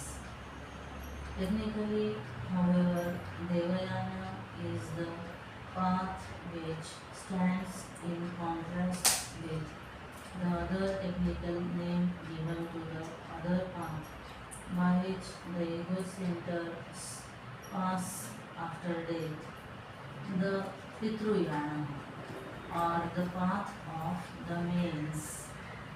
The path of hope is the special path by which those who are entitled to gradual liberation go after death. The Pitruyana is that by which the meritorious souls go and they will again be reborn after a short sojourn in the joyous world of the main. Aptakamaham, those who have fulfilled all their desires. We all know that life would have been a holiday in a pleasant island if only we can get freedom from the agonizing tortures inflicted upon us from moment to moment by our own desires. Desires erupt from the mount of ignorance in us and flow out in boisterous lava of unending thoughts, and they reach the outer world as our actions scorching ourselves and our neighbors. The state of perfection can only be there where we shall not be a cause for suffering either to others or to ourselves, either in the outer or in the inner world. This state of peace and perfection can naturally come only when we destroy the very mount of ignorance with the knowledge of the reality. The entire amount of ignorance about it in us must automatically end. Thus, when ignorance has ended, the source of desire also gets choked. Naturally, the flow of scorching thoughts end, and the devastating acts and competitions exhaust themselves. The term Aptakamaha, for which there is no equivalent or even a powerfully expressive term in the English language, clearly indicates the perfect state of tranquility in a seer, both within and without. The seekers flee from deceit and delusion, pride and vanity, criminality and falsehood, and having no desire, enthusiastically seek the surely discover the realm of truth. What this realm is and what are its specialities will be explained in the following mantras. Mantra number 7. बृहच्चतद्दिव्यमचिन्त्यरूपं सूक्ष्माच्च तत्सूक्ष्मतरं विभाति दूरात् सुदूरे तदिहान्तिके च पश्यत्स्विहैव निहितं गुहायाम्. 7. Vast, divine, beyond all imaginations, shines the truth of Brahman, subtler than the subtlest, farther than the farthest. It is here within the body. The sages realize it verily in this life as fixed in the heart. Brahman, the supreme reality, is great or vast because It is all pervading. The very term Bruhat means in Sanskrit vast or great, and hence the term Brahman for the all pervading to mean that which pervades all and which is pervaded by nothing.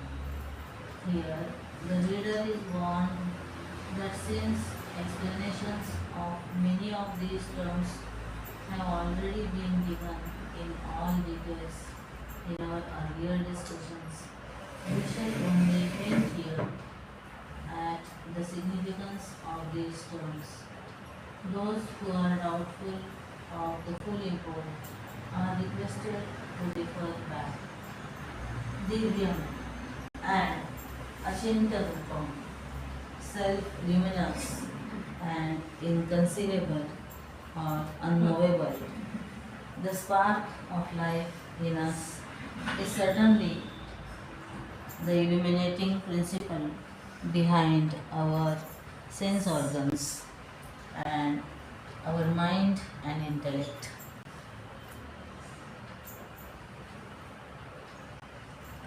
It lights up everything, including the light giving objects such as sun, the moon, the stars, and the fire. In fact, in its very nature, it is nothing but a mass of light.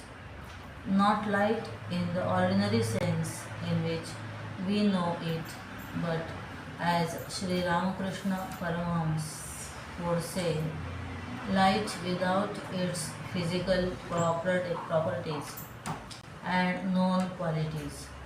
In short, it is awareness or consciousness.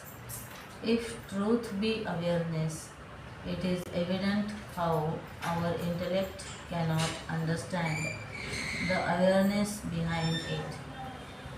We have already discussed these points in the earlier sections exhaustively. Further than the farthest, it is here within. Here is another example wherein those who are foreigners to the Aryan tradition of thought and those who are Aryans by birth but foreigners by education find themselves dumbfounded and outwitted. To them, here is a palpable contradiction, a madness of thought, a lunacy raised to the level of the genius.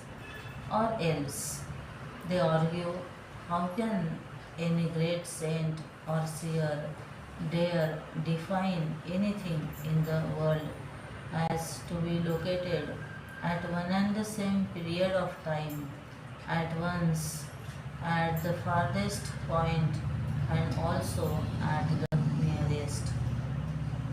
It is at such instances that the scriptural texts need the great benediction of a living saint who can, standing firmly upon the pulpit of his own realized experiences, explain these words of secret imports.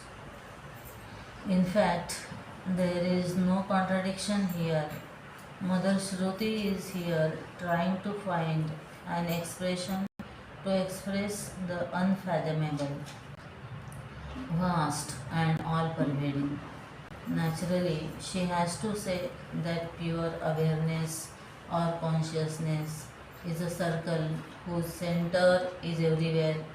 It is at once at every point in the heart within us, as well as outside us, at the farthest imaginable or conceivable point in space, time, or thought, or imagination. Wherever and whatever we are aware of, be it through the medium of seeing or thinking or feeling, we can be aware of things only when they are within the frontiers of our awareness. Thus, pure consciousness in its absolute nature is equally here within us and also at the farthest imaginable point.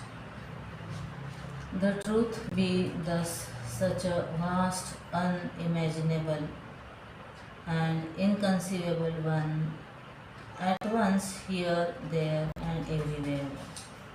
It would be an legitimate doubt in every seeker as to how and where he can realize this vast divine factor. True to the Aryan culture, imagination and mere theory have no hold upon the people, and unless they are practical, they are rejected. So the rishis of the world have given us in this stanza the method of making their great theory a practical experience. The scripture says that truth is realized here in the cave of the heart. The technique has already been discussed earlier exhaustively in more than one places. Mantra number 8. न चक्षुषा गृह्यते नापि वाचा नान्यैर्देवैस्तपसा कर्मणा वा ज्ञानप्रसादेन विशुद्धसत्त्वस्ततस्तु तं पश्यते निष्कलं ध्यायमानः. 8. The self cannot be described by words, nor perceived by eyes or the senses, nor revealed by rituals and penance.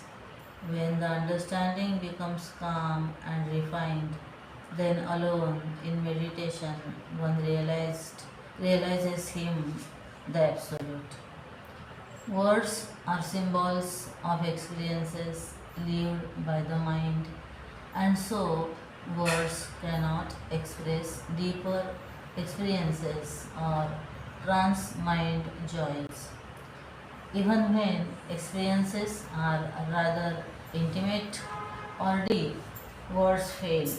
Naturally, the experiences in the white heat of intense meditation cannot be expressed in terms of a frail language, which is insufficient even to express my love for my own beloved. Hence, the scripture says, self is not grasped by words. It is only through mutual feelings that one can understand love. A real lover can appreciate the depths of sincerity even through silence. So too, it is in the silence between the stanzas, as it were, that the Shruti takes her courtiers into her ample bosom, where they experience the joy and glory of Godhood. That the truth cannot be perceived by the senses has already been explained. Here, the Upanishads add that truth cannot be gained through rituals and penances. It is ordinarily the belief with all the faithfuls that worship and sincere penance to reveal for the worshipper God or truth. This is a fallacious statement in the science of religion and is a logical absurdity in thought. Action by infinite individuals making use of the finite objects cannot result in an achievement which is infinite and eternal. Out of a ball of mud which can never make a chain of gold, we can never make a chain of gold. As the cause, so the result. And it is also true that all scriptures in the world indicate, advise and insist upon the glory of tapashcharya and the rituals. Surely, Those cannot be a combined conspiracy against the faithful. In the science of religion, rituals are insisted upon as preparatory lessons for a seeker, and tapascharya's are preparations for a training of the mind and intellect of the meditator.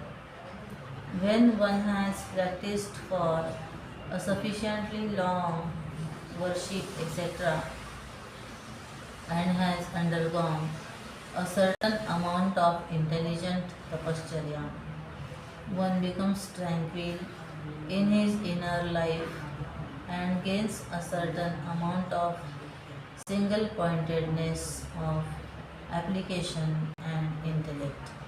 Only when the mind and intellect are thus tuned up can the individual successfully live in the world of meditation and maintain his equilibrium in that world. But to believe that these are an end in themselves is a tragic mistake, and the scripture is lovingly indicating to us the fallacy of such a belief. Meditation is the means, realization of the self is the goal.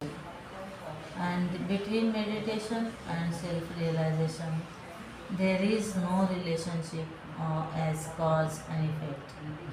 Meditation only removes the veil over the self, and the self is realized by itself in its own light. The cloud rolls away with the breeze, and the sun shines from behind of its own accord, in its own light. Meditator is as much responsible for self realization as the breeze is responsible for creating the sun. Meditation ends avidya. Vidya is our real nature. Hence, it is that the Shruti says, when the understanding becomes calm and refined, then, while engaging himself in the great vocation of man, namely meditation, the individual realizes the Supreme Self within himself. The purity of the mind is the most important factor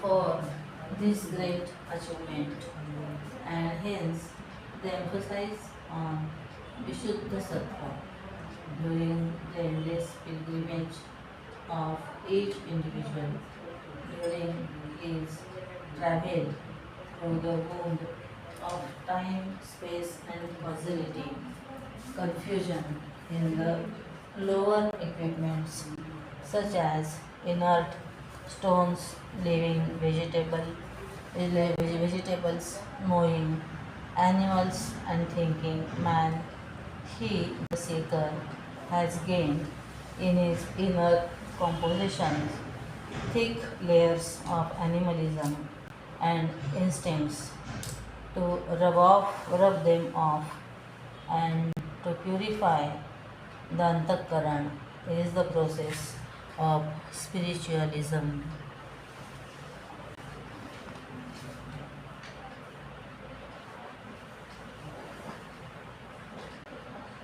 Herein we are against the pessimistic belief in the Western philosophy, which hesitates to accept that man is a helpless victim but a master of his instincts. They, on the other hand, would like to accept that man is a victim as much as any animal for of his instincts, and they, the materialistic West, seek to discover in this cozy philosophy a palpable excuse for their indulgent nature and constant wooing of carnal pleasures. In contrast with this, the East heroically declares Man is master of his instincts, and his greatness lies in his capacity to release himself from the soul killing chains of instincts. This, in the East, is not merely a theory, but the seers and sages of India had literally lived these perfections, and in their victory over their instincts, they had gained the world of Godhood. Thus, the more we renounce and get over the negativities in us, the more purified we become in our mind and intellect, and the purer the mind, the greater the divinity which that mind comes to reflect. And it is this that is meant here by Jnana Prasada. The dualists have claimed for this a meaning almost amounting to a descent of grace from the Lord. In bringing such a meaning out of this mantra, they had to some extent to crush the mantra into an ugly discord. When reading Jnana Prasada or Atma Prasada or Sattva Prasada, etc., a true student of Vedanta striving in the path honestly to follow the eternal footprints of the Rishis should understand it to mean the purification gained by his inner intellect equipment through a renunciation of his false values, wrong attachments, delusive vanities, and low animal instincts. The more a mind is redeemed from its psychological aberrations, the more such a mind becomes subtle and pure. A pure mind agitates the least. In the still pool of the mind, a clear reflection of pure awareness comes to play. Realization thereafter is immediate and fruitful. Mantra number 9. एषोऽनुरात्मा चेतसो वेदितव्यो यस्मिन् प्राणः पञ्चधा संविवेश प्राणैश्चित्तं सर्वमूतं प्रजानां यस्मिन् विशुद्धे विभवत्येष आत्मा. 9. By means of the light of the intellect, intuitive faculty, one should know the subtle truth of the Atman within the body, which is pervaded by the life force in a fivefold way. Man's intellect is interwoven with the senses. When that intellect is purified, the self shines forth. The instrument in making an all-out and sincere effort at the discovery of the self is declared here to be a purified intellect. Chetas is the illuminating principle in the intellect. It is the intelligence in the intellect. Thus, one can realize the Atman through a process of knowing. Certainly, this is to be very carefully understood, or less else this mantra would be contradicting the earlier mantra, Achintya Rupam.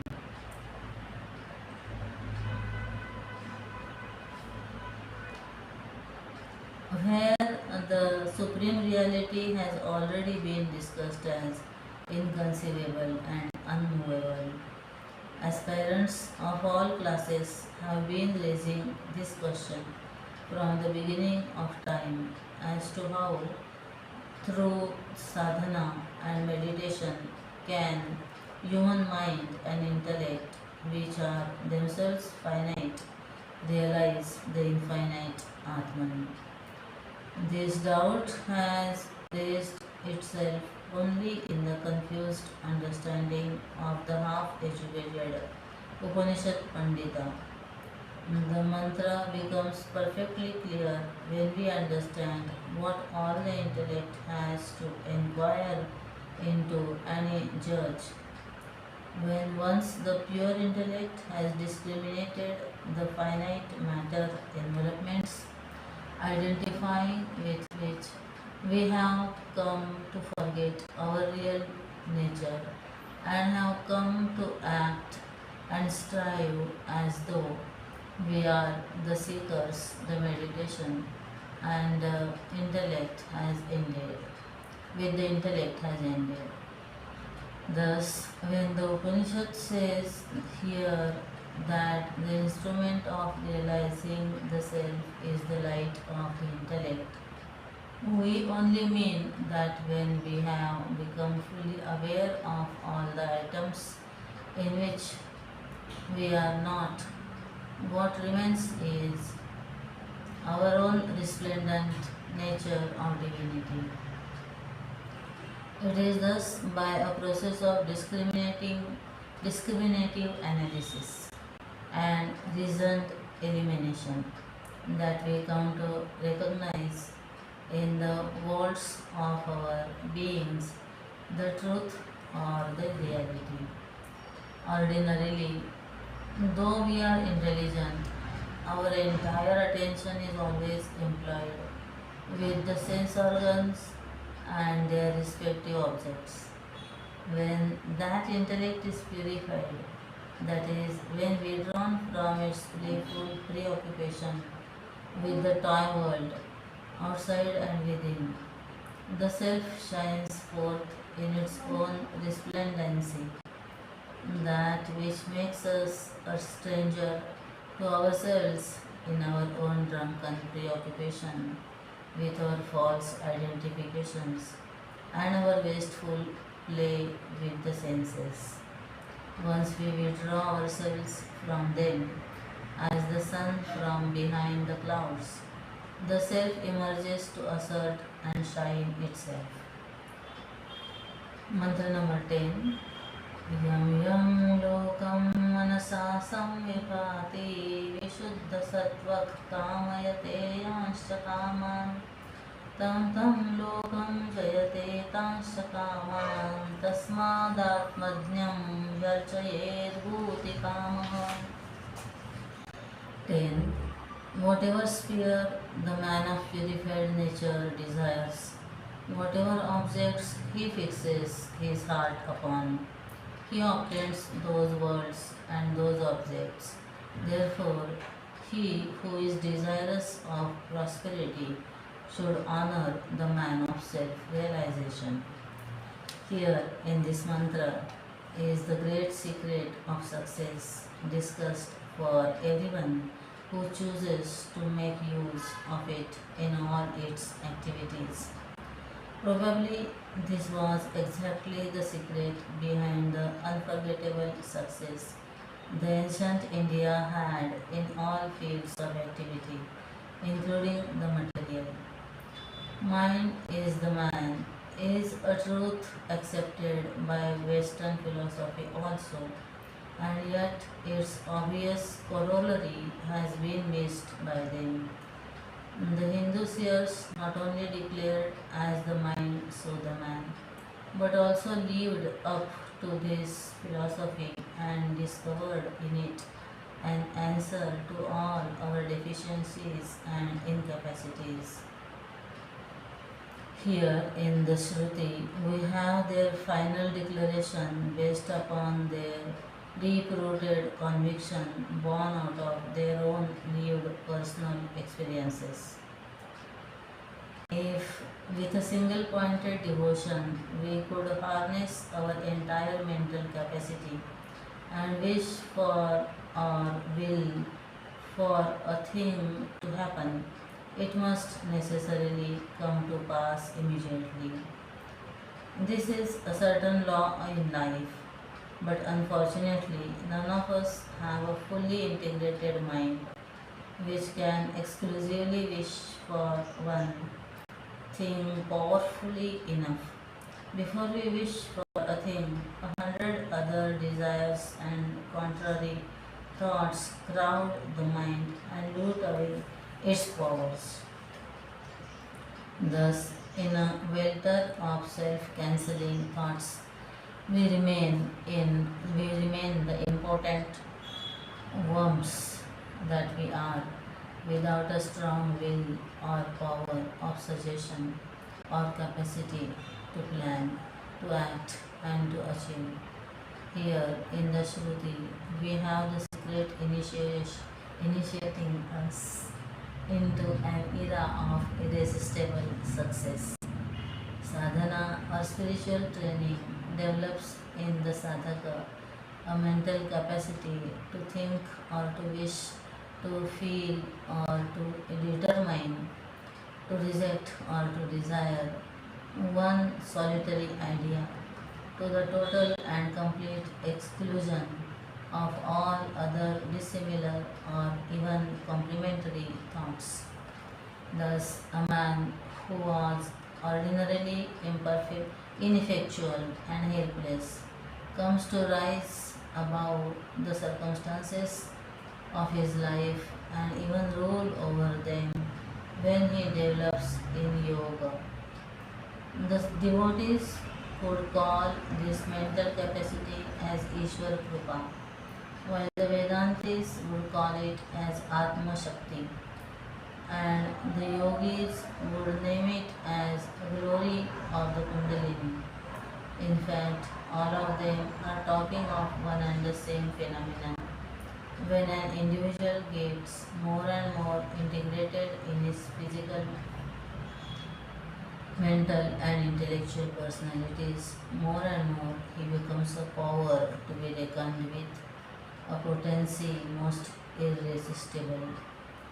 Out of even the worst of us, such a genius can be brought out through the divine technique of yoga. The supreme perfection in personality is reached only by a full grown jnani, and hence the Shruti advises that those who are desirous of worldly gains and material successes should revere and respect, adorn and worship a seer of knowledge. With the blessings of a jnani, nothing is impossible for us to achieve in this world or in any other.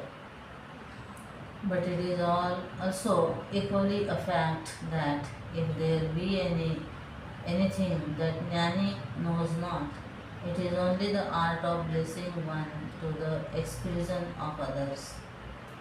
In fact, a master's life is only to live the blessedness of the one in all and the all in one, ever blessing all, ever loving all.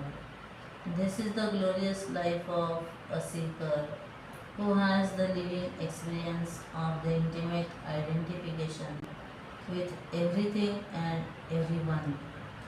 Therefore, in this mantra, the sons of the Aryans are not recommended to go about helping nannies to build ashrams or to submerge them in puddles of almonds and milk.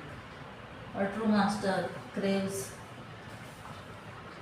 for nothing, needs nothing except the seeker's mental and intellectual purification and spiritual glory. Live in continuous and unbroken God remembrance and intelligent detachment, a self control and purity, always cheerful and happy, regular in meditation and in charity, ever playing the allotted part in life but never taking it seriously to heart. This is the secret way of serving a true man of realization.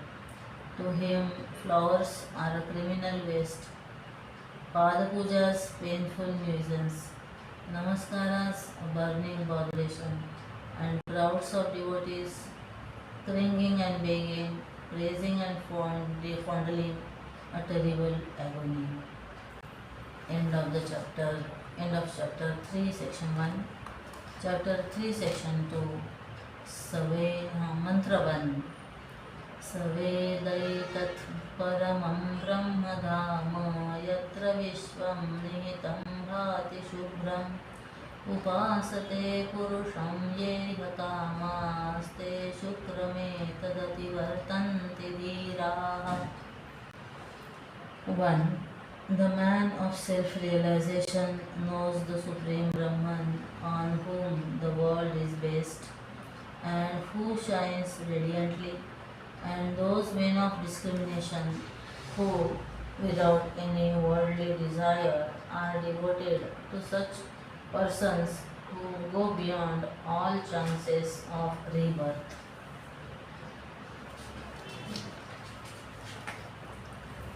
In this mantra, as contrasted with the last one, we have a description of the benefits accrued by service to a great man of realization by a person who is himself without any material desires.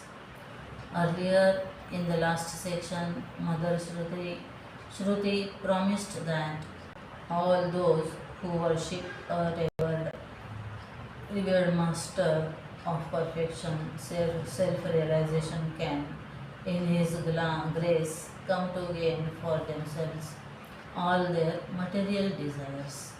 Naturally, a doubt would arise in the minds of true seekers who entertain no desires for the flimsy, finite world of sense objects as to what would be the benefit if a great master be served faithfully and worshipped devotedly for a length of time by such a virakta seeker. Here the scriptures answer it in the most clear terms that such an aspirant thereby gains the sacred spiritual wealth called the purified inner equipments. Without antakarana shuddhi, neither a correct grasping of the pregnant imports of the scriptures nor a great graceful flight into the higher planes of meditation will be possible. Thus, here the mantra says that by serving a master faithfully for a period of time, the individual would thereby reach the state of perfection which is immortal and eternal. In this, there is certainly a palpable contradiction with the accredited and noted declarations of the Hindu scriptures. The Upanishads are never tired of repeating that without the knowledge gained through the discovery of the self, the world of life and death will not end, and yet here it seemingly says in its literal meaning that the wise and discriminating intellects, by serving such perfect masters of realization without any worldly desires in their minds, would gain them thereby a state of existence beyond the tumultuous disturbances of birth, growth, disease, decay, and death. This is not altogether inexcusable. In ordinary conversations, we often name the goal for the very means. If a man in the town is asked, "Where are you going?" he would certainly answer, "To the office. Am I bound?" And yet, after another 10 minutes, we may meet him around the corner waiting at the bus stop. Herein, we do not generally call that man a liar, because he did not tell us earlier that he was going to the bus stop. Similarly, the service of the Master is explained here by the Shruti as directly responsible for the supreme realization. In fact, Vedanta Shastra declares in the most unequivocal terms that Guru Seva makes the aspirant only more and more fit for greater exertions and higher flights through meditation. The Brahman here mentioned is the Brahman here mentioned is the conditioned Brahman and not the unconditioned supreme reality. Here mention is made of the Brahman, which is the material cause for the world of names and forms that bang upon our cognition at every moment. In short, it is the Brahman conditioned in avidya that is meant here and not the pure knowledge absolute, beyond all traces of both Vidya and Avidya. In this connection, it is profitable to note that knowledge as pure consciousness is the light that illumines within us both the ideas of ignorance and as well as the concepts of knowledge. Just as in the sun there is no darkness, it being nothing but a mass of light, so too in pure wisdom there cannot be any trace of ignorance. 2. Mantra number 2. कामान्यः कामयते मन्यमानस्य कामभिर्जायते तत्र तत्र पर्याप्तकामस्य कृतात्मनस्तु इहैव सर्वे प्रविलीयन्ति कामाः. 2. Whoever longs for objects of desire, brooding over them, they are born here and there for the fulfillment of those desires.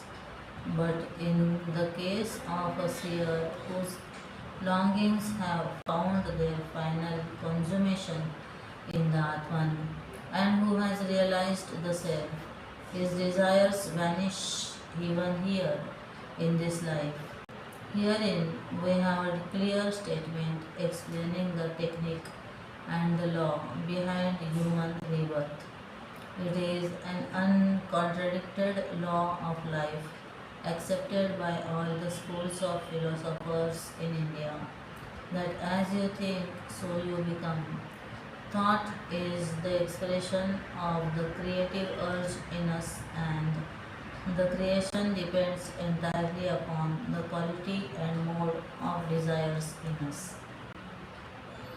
We have already discussed the genesis of action, wherein we found that the ignorance of our real nature, which is all perfect and all full, generates in us vague and fantastic desires and makes us feel that it is but a mad attempt on our part to come to our own real nature. We also found that desires disturb a hornet's nest of stinging thoughts, and that the thoughts expressing themselves in the outer world of sense objects are the actions of the individual. The total field of actions thus created by the multiple individual ego creates the what we generally term the world. In Sanskrit, loka means a field of activity or a field of experiencing. Self-realization is the ending of every trace of ignorance in us. In the vital moment of experiencing the selfhood, the God-man drops forever his unawareness of his own all-perfect nature, and therefore he cannot have thereafter any more desires in him. In the words of the Shruti, he becomes thereafter a paryapta kami.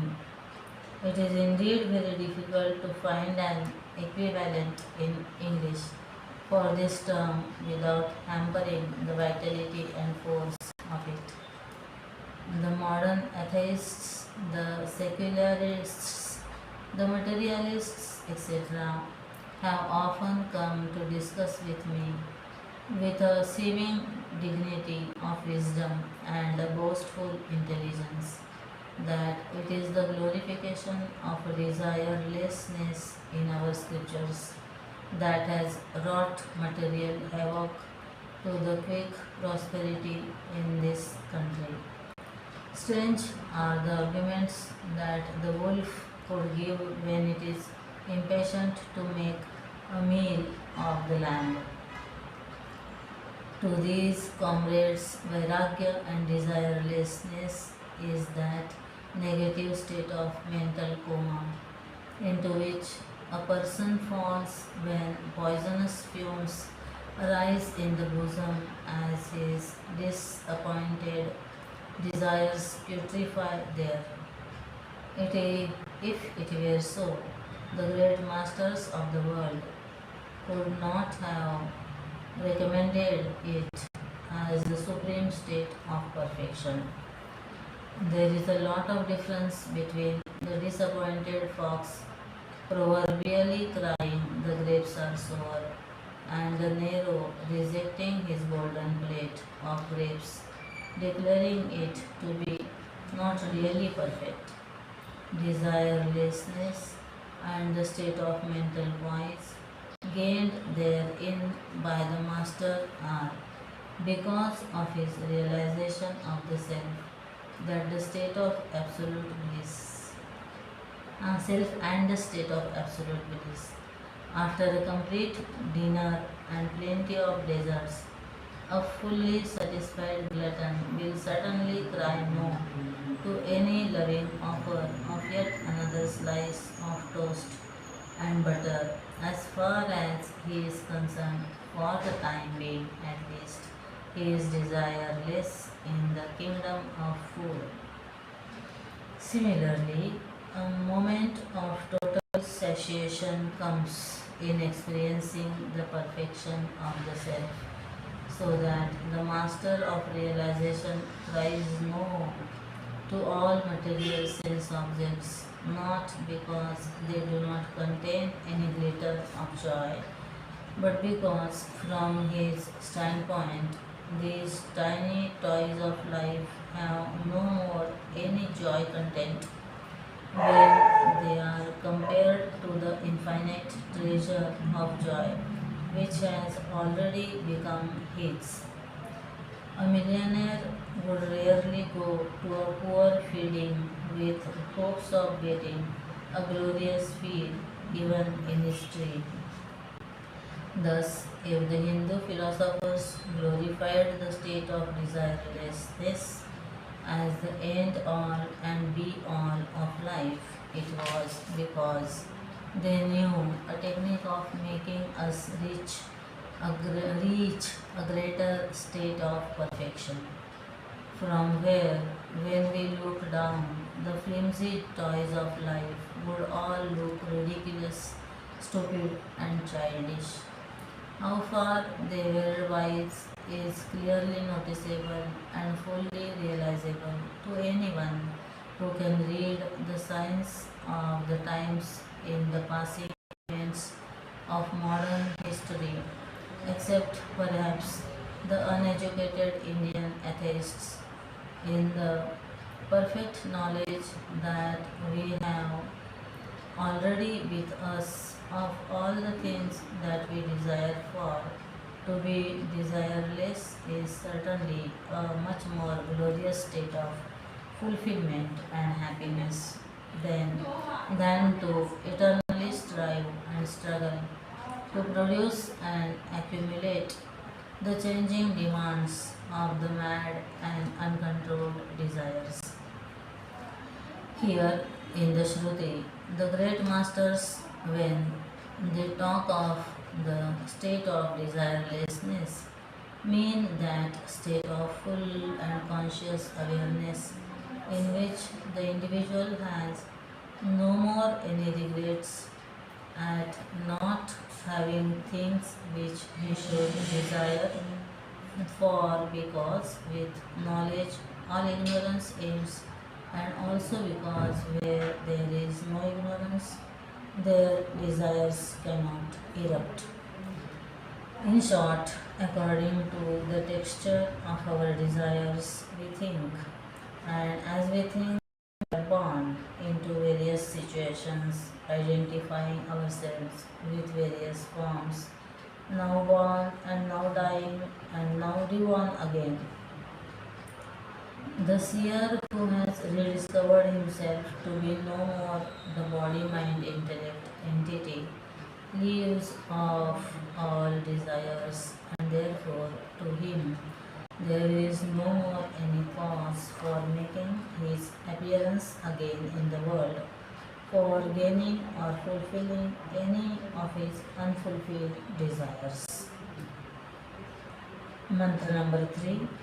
नायमात्मा प्रवचनेन लभ्यो न मेधया न गुरुणा श्रुतेन यमेवैष वृणुते तेन लभ्यस्तस्यैष आत्मा विवृणुते तनुगं स्वाम्. 3. The self is not attained through discourses, nor through memorizing scriptural texts, nor through much learning. It is gained only by him who wishes to attain it with his whole heart. To such a one, the self reveals its true nature. The stanza is also occurs in Kathopanishad 1 to 23. If realization of the self is the end of all our desiring and the thraldom of birth and death, naturally the student of the scriptures would be anxious to know how this state can be attained. The first instinct would surely be to reach the truth through study. Here the rishis are negating all those paths which ordinarily our intellect with its instincts would suggest to us. Thus, the mantra says that no Pandit should think that because he can give an elaborate and learned discourse upon the Atma Tattva, he can realize or has realized the Supreme. Again, there are scholars who industriously commit to memory stupendous volumes of spiritual literature and Vedic texts. There are in North India Chaturvedis and Trivedis, which were titles once upon a time given to Brahmanas who could repeat out of memory all the 4 or 3 Vedas. Alas, today they have become surnames, the significance of which is unknown even to many of them. The mantra clearly says here that by merely committing to memory a large volume of literature, no one can attain the perfection indicated therein by the rishis. Again, there are some seekers who are never tired of hearing the same truth repeated by hundreds of masters. They believe that in their huntings they would come across somewhere a rare master who, while explaining the Shruti, will secretly hand over to them the experience of Godhood also. With this idle hope in mind, many a sincere seeker is running all over the place in this country, enriching none other than perhaps the railways and hotel keepers. Any amount of hearing, even from the best of teachers, will not actually take the seeker to the halls of experiencing the self. If none of these accredited methods of knowledge, such as extensive reading, intensive study, and perfect tuition, can make us realize this supreme knowledge and take us to the spiritual perfection, does it amount to saying that Shruti declarations are but beautiful paintings of an unrealizable, though perfect, utopia? In the second part of the mantra, this doubt is completely cleared.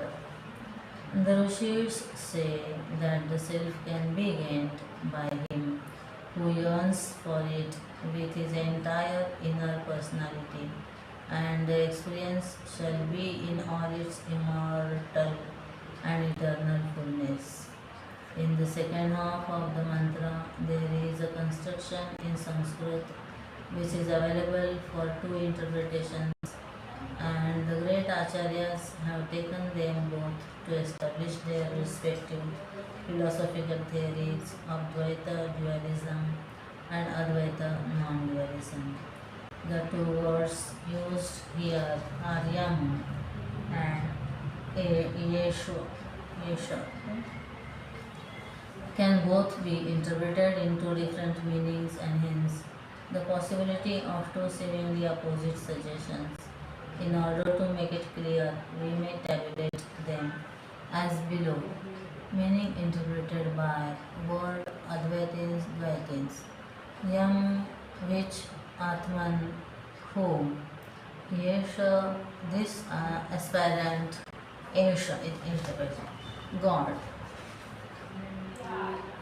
Yes.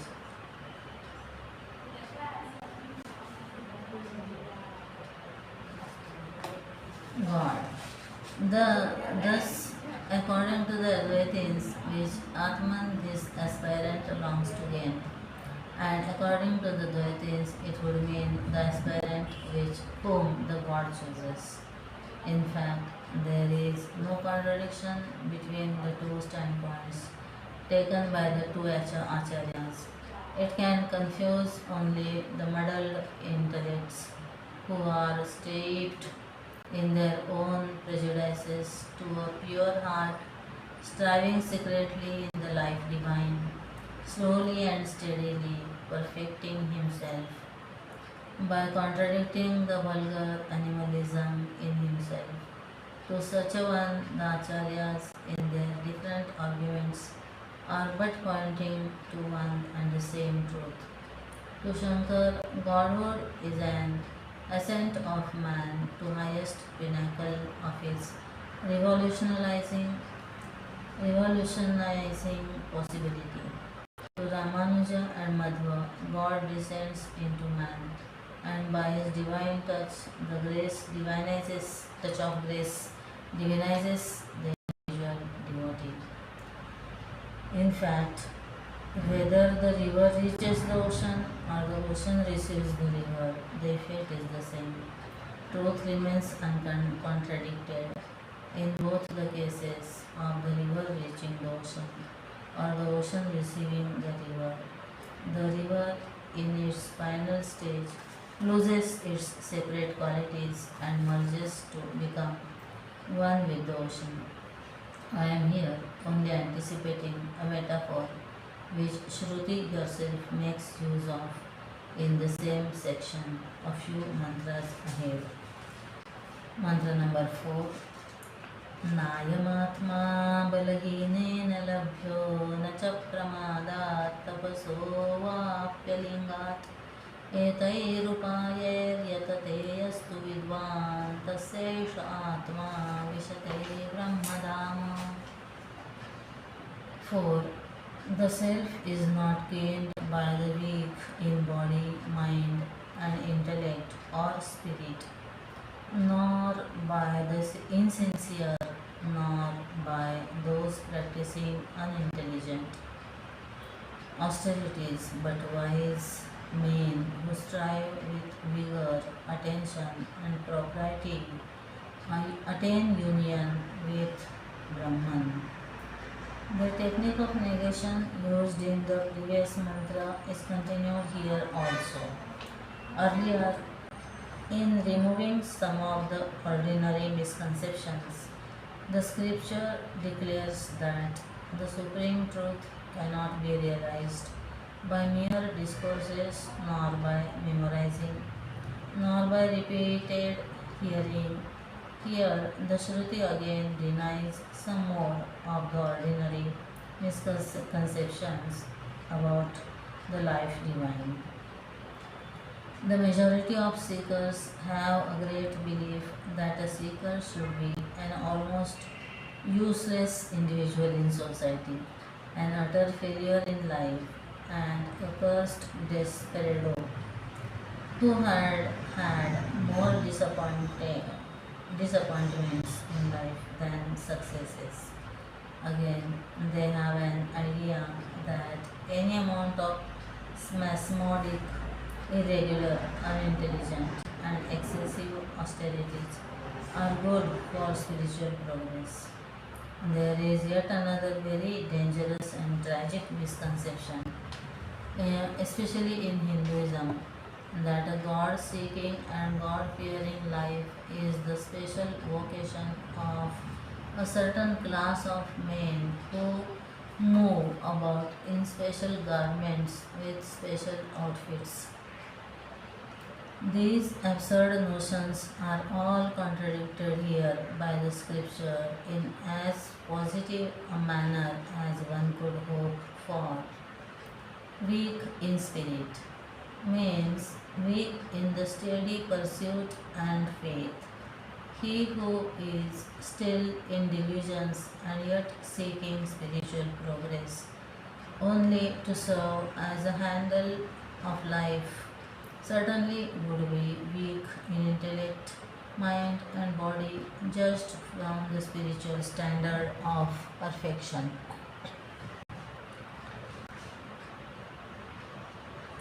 Standards of perfection. Again, in a blind over enthusiasm,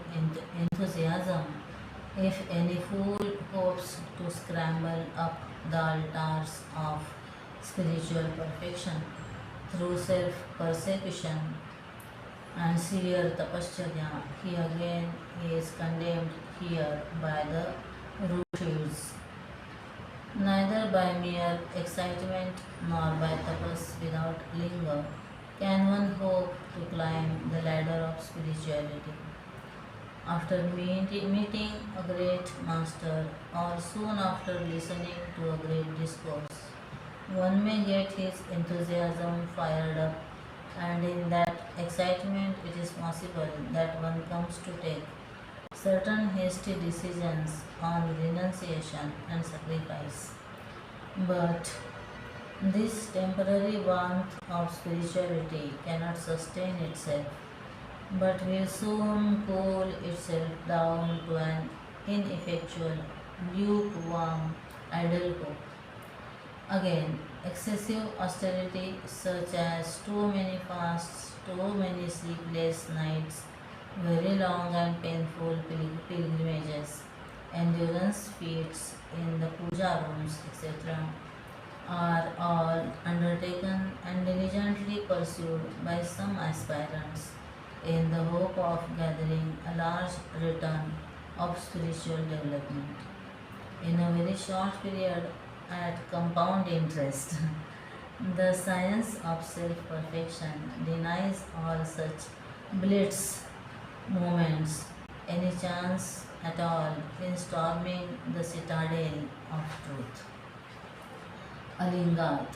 On this term, without proper linga, a massive structure of ugliness has come to be built upon in our culture by unintelligent panditas who have come to prepare in it the very tomb of true Hinduism. Recently, I had received a letter from a Pandit of Madras who, of course, had not the guts to sign himself, but raised an owl cry from this sorrowful tower of misconceived notion.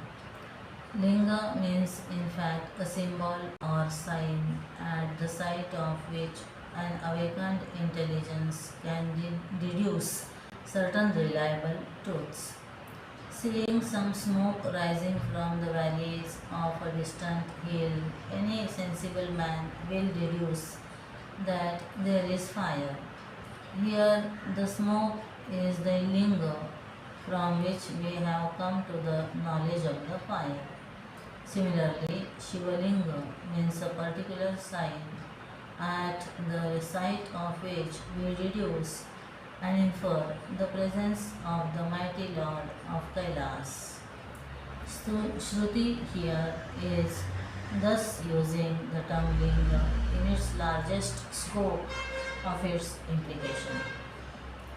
Or else we will have to accept the modern Brahmanic interpretation and understand the mantra to mean that even intelligent tapasya has no spiritualizing force unless the one performing the austerities enclosed in the upper robes or has a shaven head or carries a kamandalu, or conversely it would mean that if one wears this special dress and has gone through the barber's treatment, he can come to claim all the best results, even from his most unintelligent and excessive tapas. A textbook of wisdom cannot thus be made a Bible of stupidity. If there is yet any sense of reverence for the great Upanishads left with us, the linga here does not therefore mean the color of the robes or the condition of hair or the hair on the head or the kind of utensils or mattress used. In short, it is not the external symbols of sannyasis as some would have it. In the days of the scriptures, the Aryan descendants of the rishis placed a greater emphasis upon the mental and intellectual conditions and qualities in a seeker than upon the mere external marks of spirituality, which the disciple may with convenience carry about him.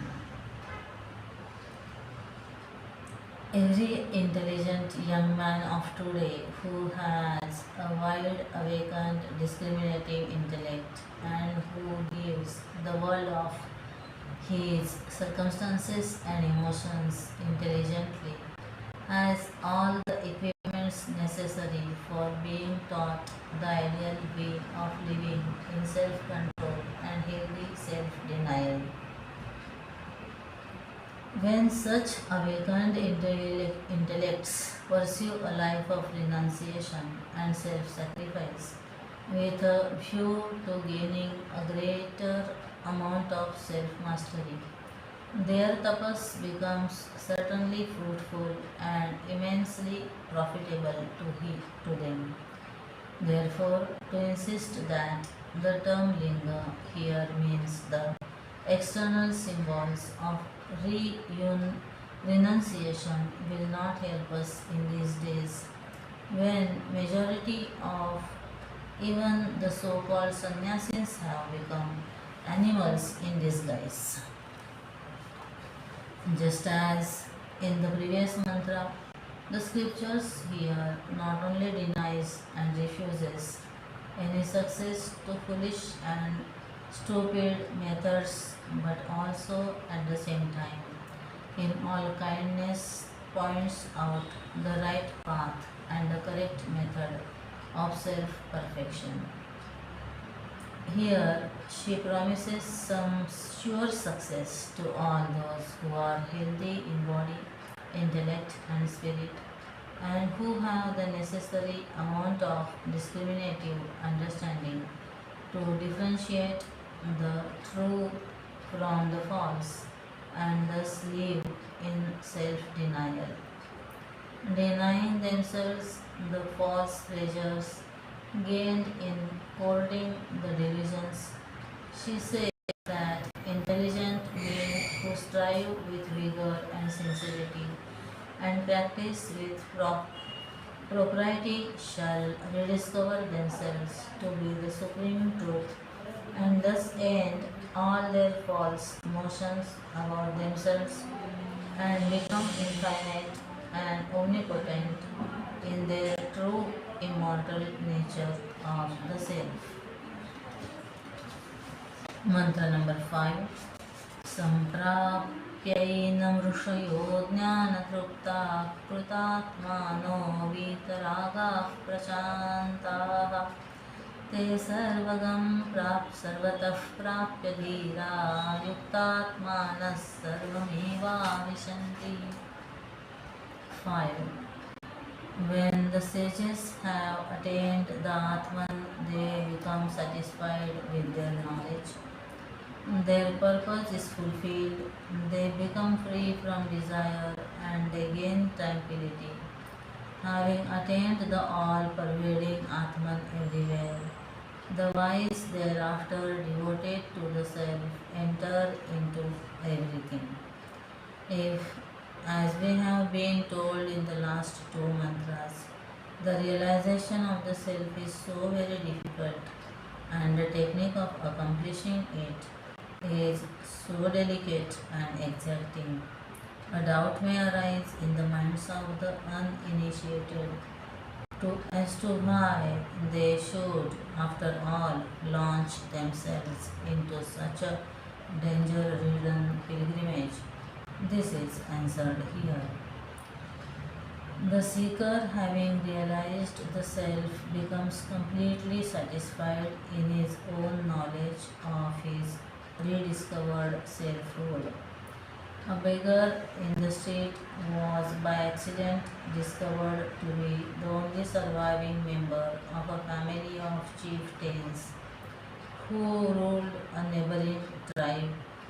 The mere discovery of himself to be no more the beggar, homeless and destitute, but is in fact a chieftain of a tribe, is sufficient to give the beggar a joyous satisfaction. Herein the beggar is satisfied in the very knowledge of his new identity and its corresponding status in life. Similarly, when the seeker who has having till now the dreadful feeling that he was an impotent mortal weakling rediscovers himself to be the spiritual center of the entire universe, the very knowledge is more than sufficient to give him all happiness.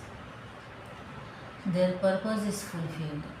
Life is a struggle and an agitation because each one of us has at every moment an honest regret at not having fulfilled ourselves in one or the other of our endless desires and plans. A complete sense of fulfillment would be reached when all our desires dry up and all our plans end. This state of Krutaprutyata, yielding for us a steady satisfaction of having gained all that is to be gained, known all that to be known, seen all that is to be seen, etc., is gained immediately at the ending of our ignorance about our own divine nature. With the discovery of our true identity as the self, the accomplished seeker gains the state of complete fulfillment discussed here in this mantra. Naturally, in that sense of complete fulfillment, there cannot be any desire, and when desires have subsided, there is in that bosom peace must necessarily come to reign. Supreme awareness, when it gets identified with a particular body, mind, and intellect, becomes in its newborn vanity a finite and suffering mortal soul called the ego.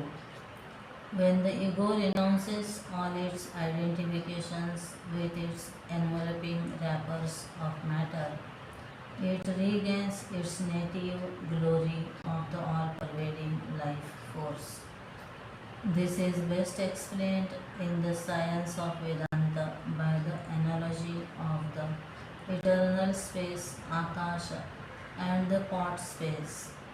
Space conditioned by the pot assumes for itself a separate ego sense and comes to be known as the pot space. But the moment that conditioning is destroyed, as for example, when the pot is broken, the pot space becomes at once one with the all pervading space. In fact, even inside the pot, the space was never limited but was ever the all pervading space. Only it assumed for itself a separativeness, and thereafter it played the game of samsara, the pains of limitations, even the life of attachment and hatred. In the world of pots, the spittoon pot space covets the luck and glory of the sugar pot space. On realizing I am pure space, even the very stuff of the spittoons pot and sugar pot are realized to exist, but in me, the eternal space. Even the wretched spittoon pot space can come to experience the contact of its immediate oneness with the space everywhere.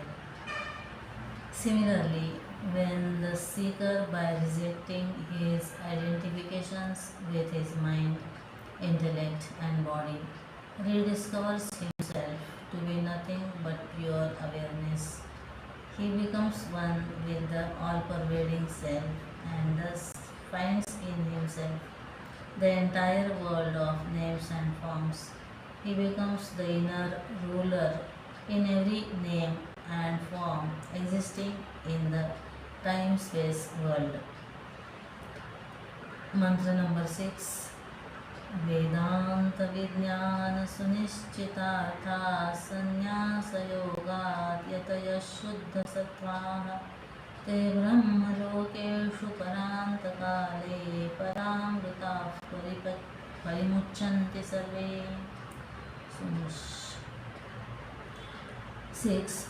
Having well ascertained beyond all doubts the exact import of the Upanishads and having purified their minds with the yoga of renunciation, all anchorites attain the world of Brahman, having attained immortality and at the time of death become fully liberated. Having well ascertained Sunishchitartha, there is a difficulty in understanding correctly the scriptures. Though many of the mantras are obviously clear, the exact meaning is very deep and naturally very difficult to grasp. This should be so because the Upanishads are the best literature in the world that have successfully explained or defined the inexplicable or the indefinable infinite. If the finite words have defined the infinite, it could not have been because of the words' own meaning contents. If at all words could express that which is beyond speech, they can only do so by means of their suggestiveness.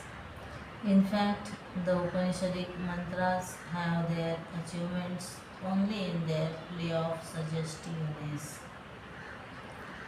Hence, a personal study of the scripture may not be always sufficient to help the sadhaka to go beyond the literary meaning of the language used and reach the realms of truth indicated by the language texts.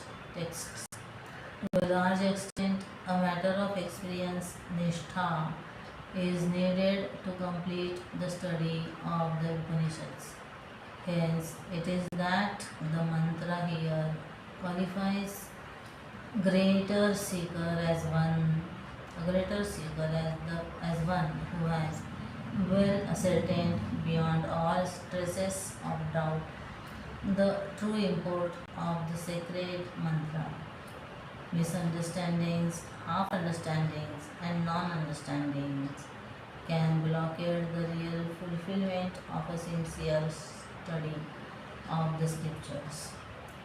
By the yoga of renunciation, not only is it sufficient that a vigilant and sincere seeker should first of all ascertain the true import of the declarations in the Upanishads, but he must also, through the yoga of renunciation, purify both his psychological, and intellectual personalities. The world, the world, sannyasa yoga, word by the word. The word sannyasa yoga is not to be taken to mean in its literal meaning of having taken up to sannyas, for in that case it would mean that Vedanta is applicable only to a rare minority of men clothed in a special garb, etc. The yoga of renunciation is more an internal revolution of the values of life entertained and lived, rather than a vast advertisement board declared externally that one is a sannyasi. It is true that the external symbols have their influences, but what I mean is that a mere external show will not take us even by an inch nearer to our goal of perfection. In short, a mere fence round a plot of ground will not yield us a crop, however long we may wait for it, but a cultivated land should be well provided with a fencing around it. Thus, sannyasa yoga is to be understood as the mental sannyasa, with all our emphasis in the internal attitude of the mind rather than upon the external physical show or a sannyasi garb and a sannyasi status. This is the last one.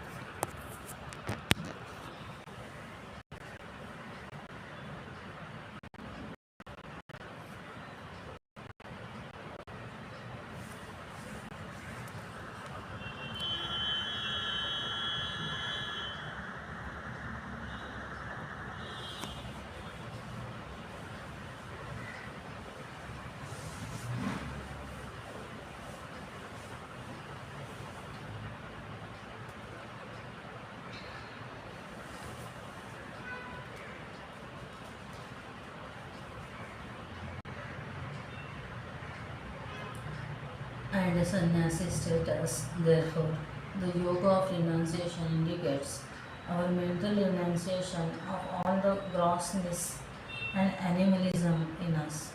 Renounce all the negative tendencies such as lust, greed, passions, appetites, egoism, vanity, cruelty, hatred, etc., and replace them with their opposite good ethical qualities such as love, tenderness, mercy, tolerance, kindness, purity, nobility, patience, self-control, selflessness, etc.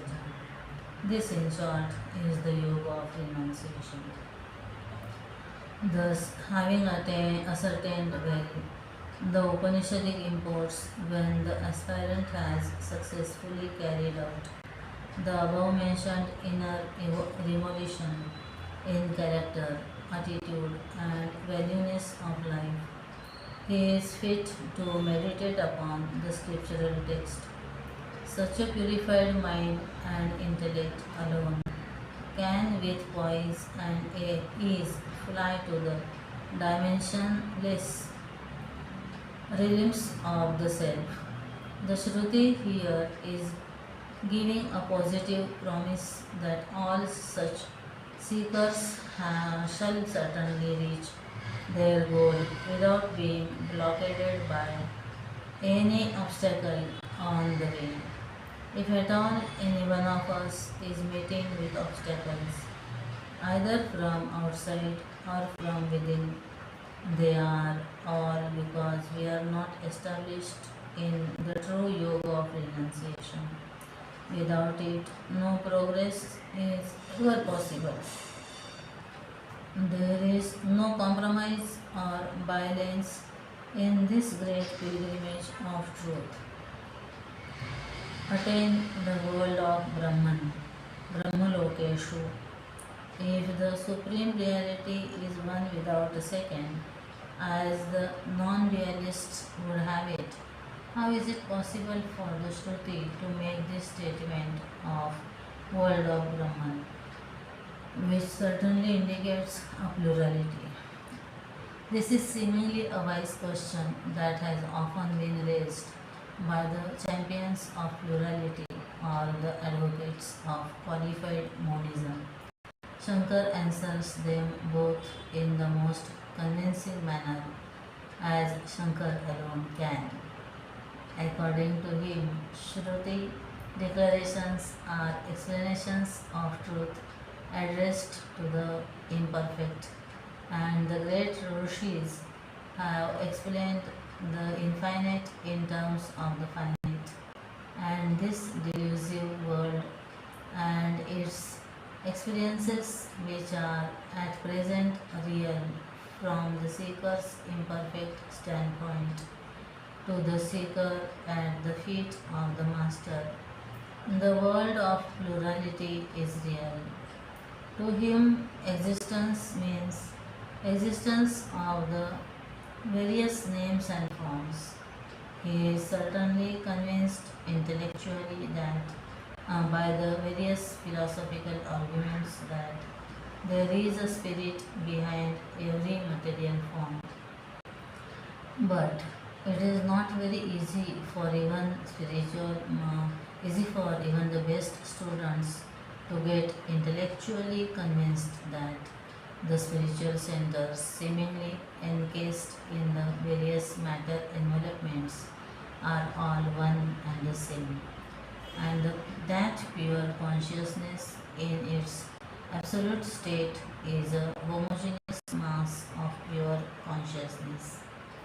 Thus, the Upanishad here says that one who has realized his self attains or successfully finds his identity with all the spiritual centers in every name and form. In short, the world of Brahman means only the spiritual centers presiding over every known mass of matter or every known thought or emotion. Though it is expressed here as different, in actual experiencing, a seeker cannot but have the Advaitic realization of the oneness of truth.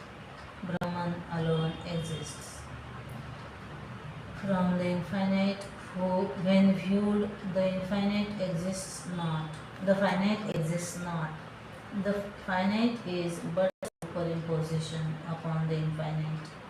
From the standpoint of the ghost never existed, cannot exist, and shall never exist. Considered from the reality of the rope, no serpent has ever emerged out to frighten the deluded. At the time of death, become fully liberated. Pran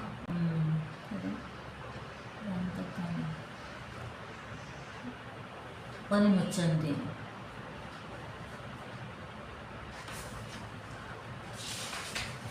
परान्तकाले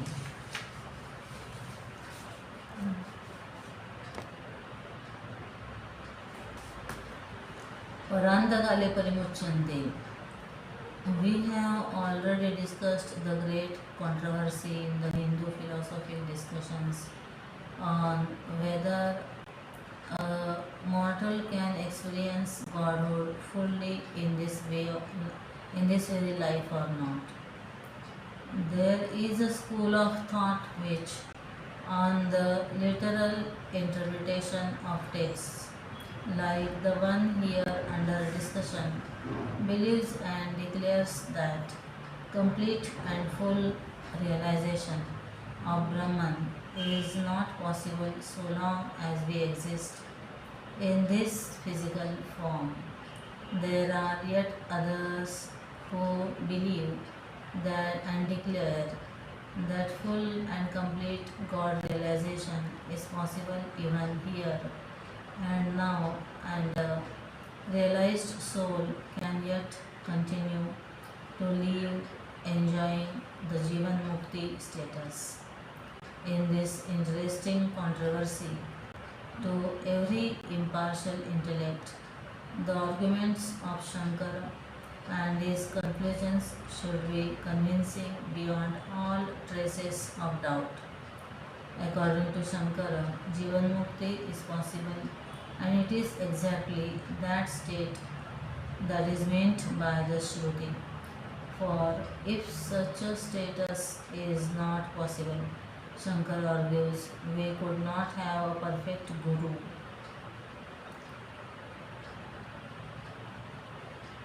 In this world to teach us the immortal Brahma Vidya, since according to the very Upanishads, a perfect Guru is he who is at once well versed in the scriptural literature and also fully established in the experience of Godhood.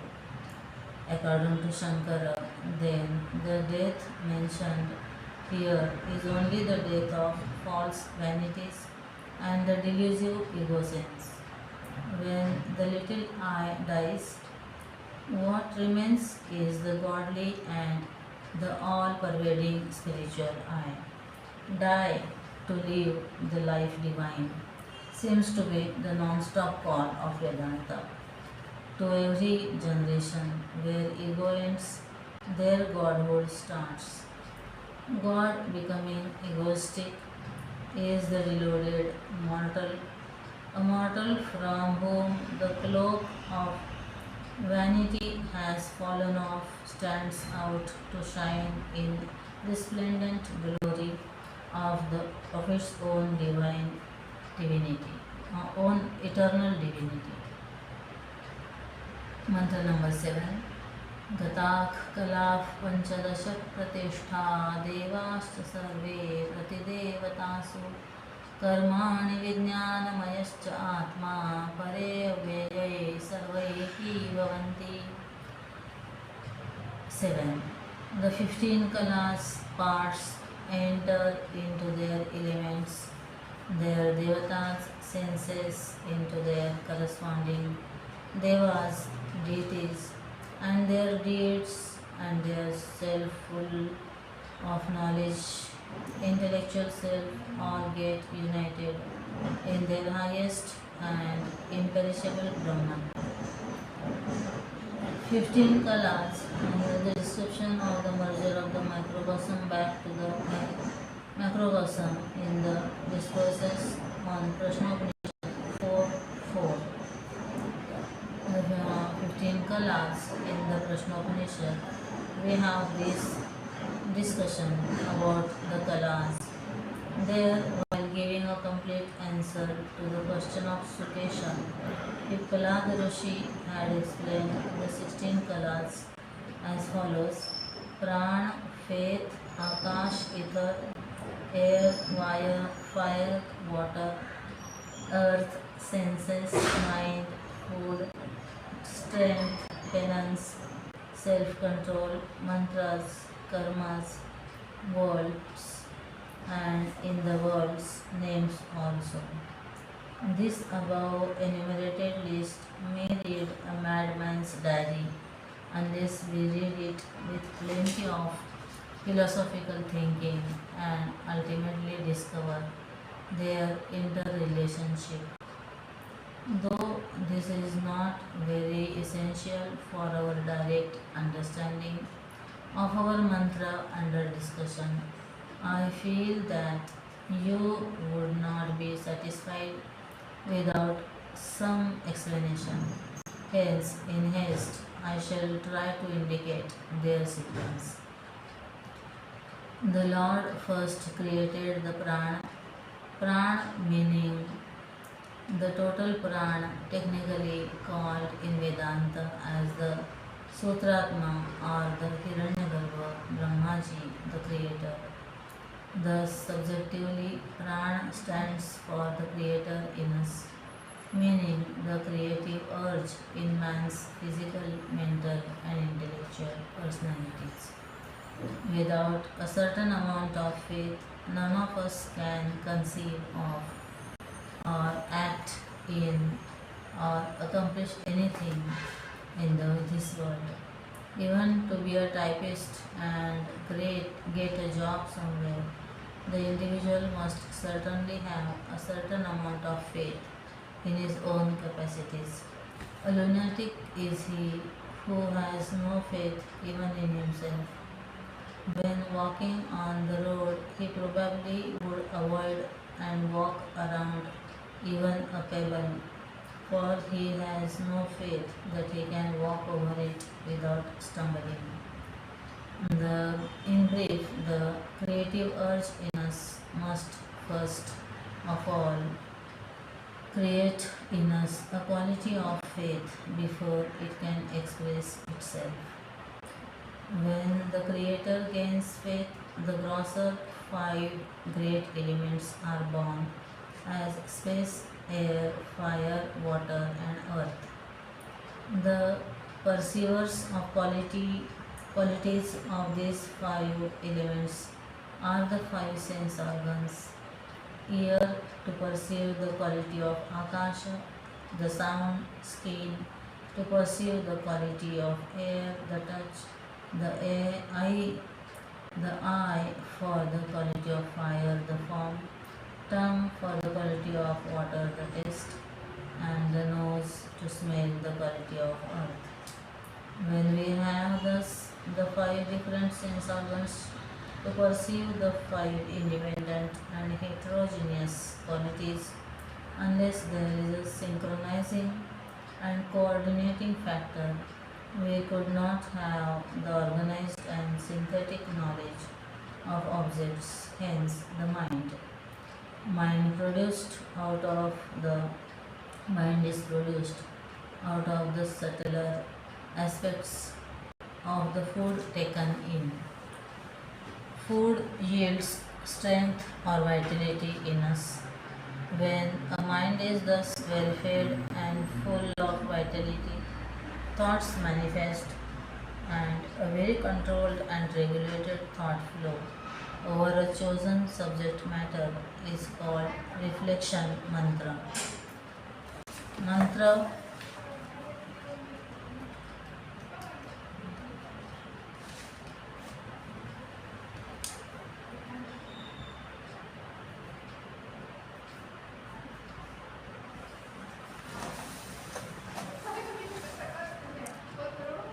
we continue in next video. Hari Om Shri Chinmaya Sadgurave Namaha. Hari Om Shri Gurubhyo Namaha. Hari Om.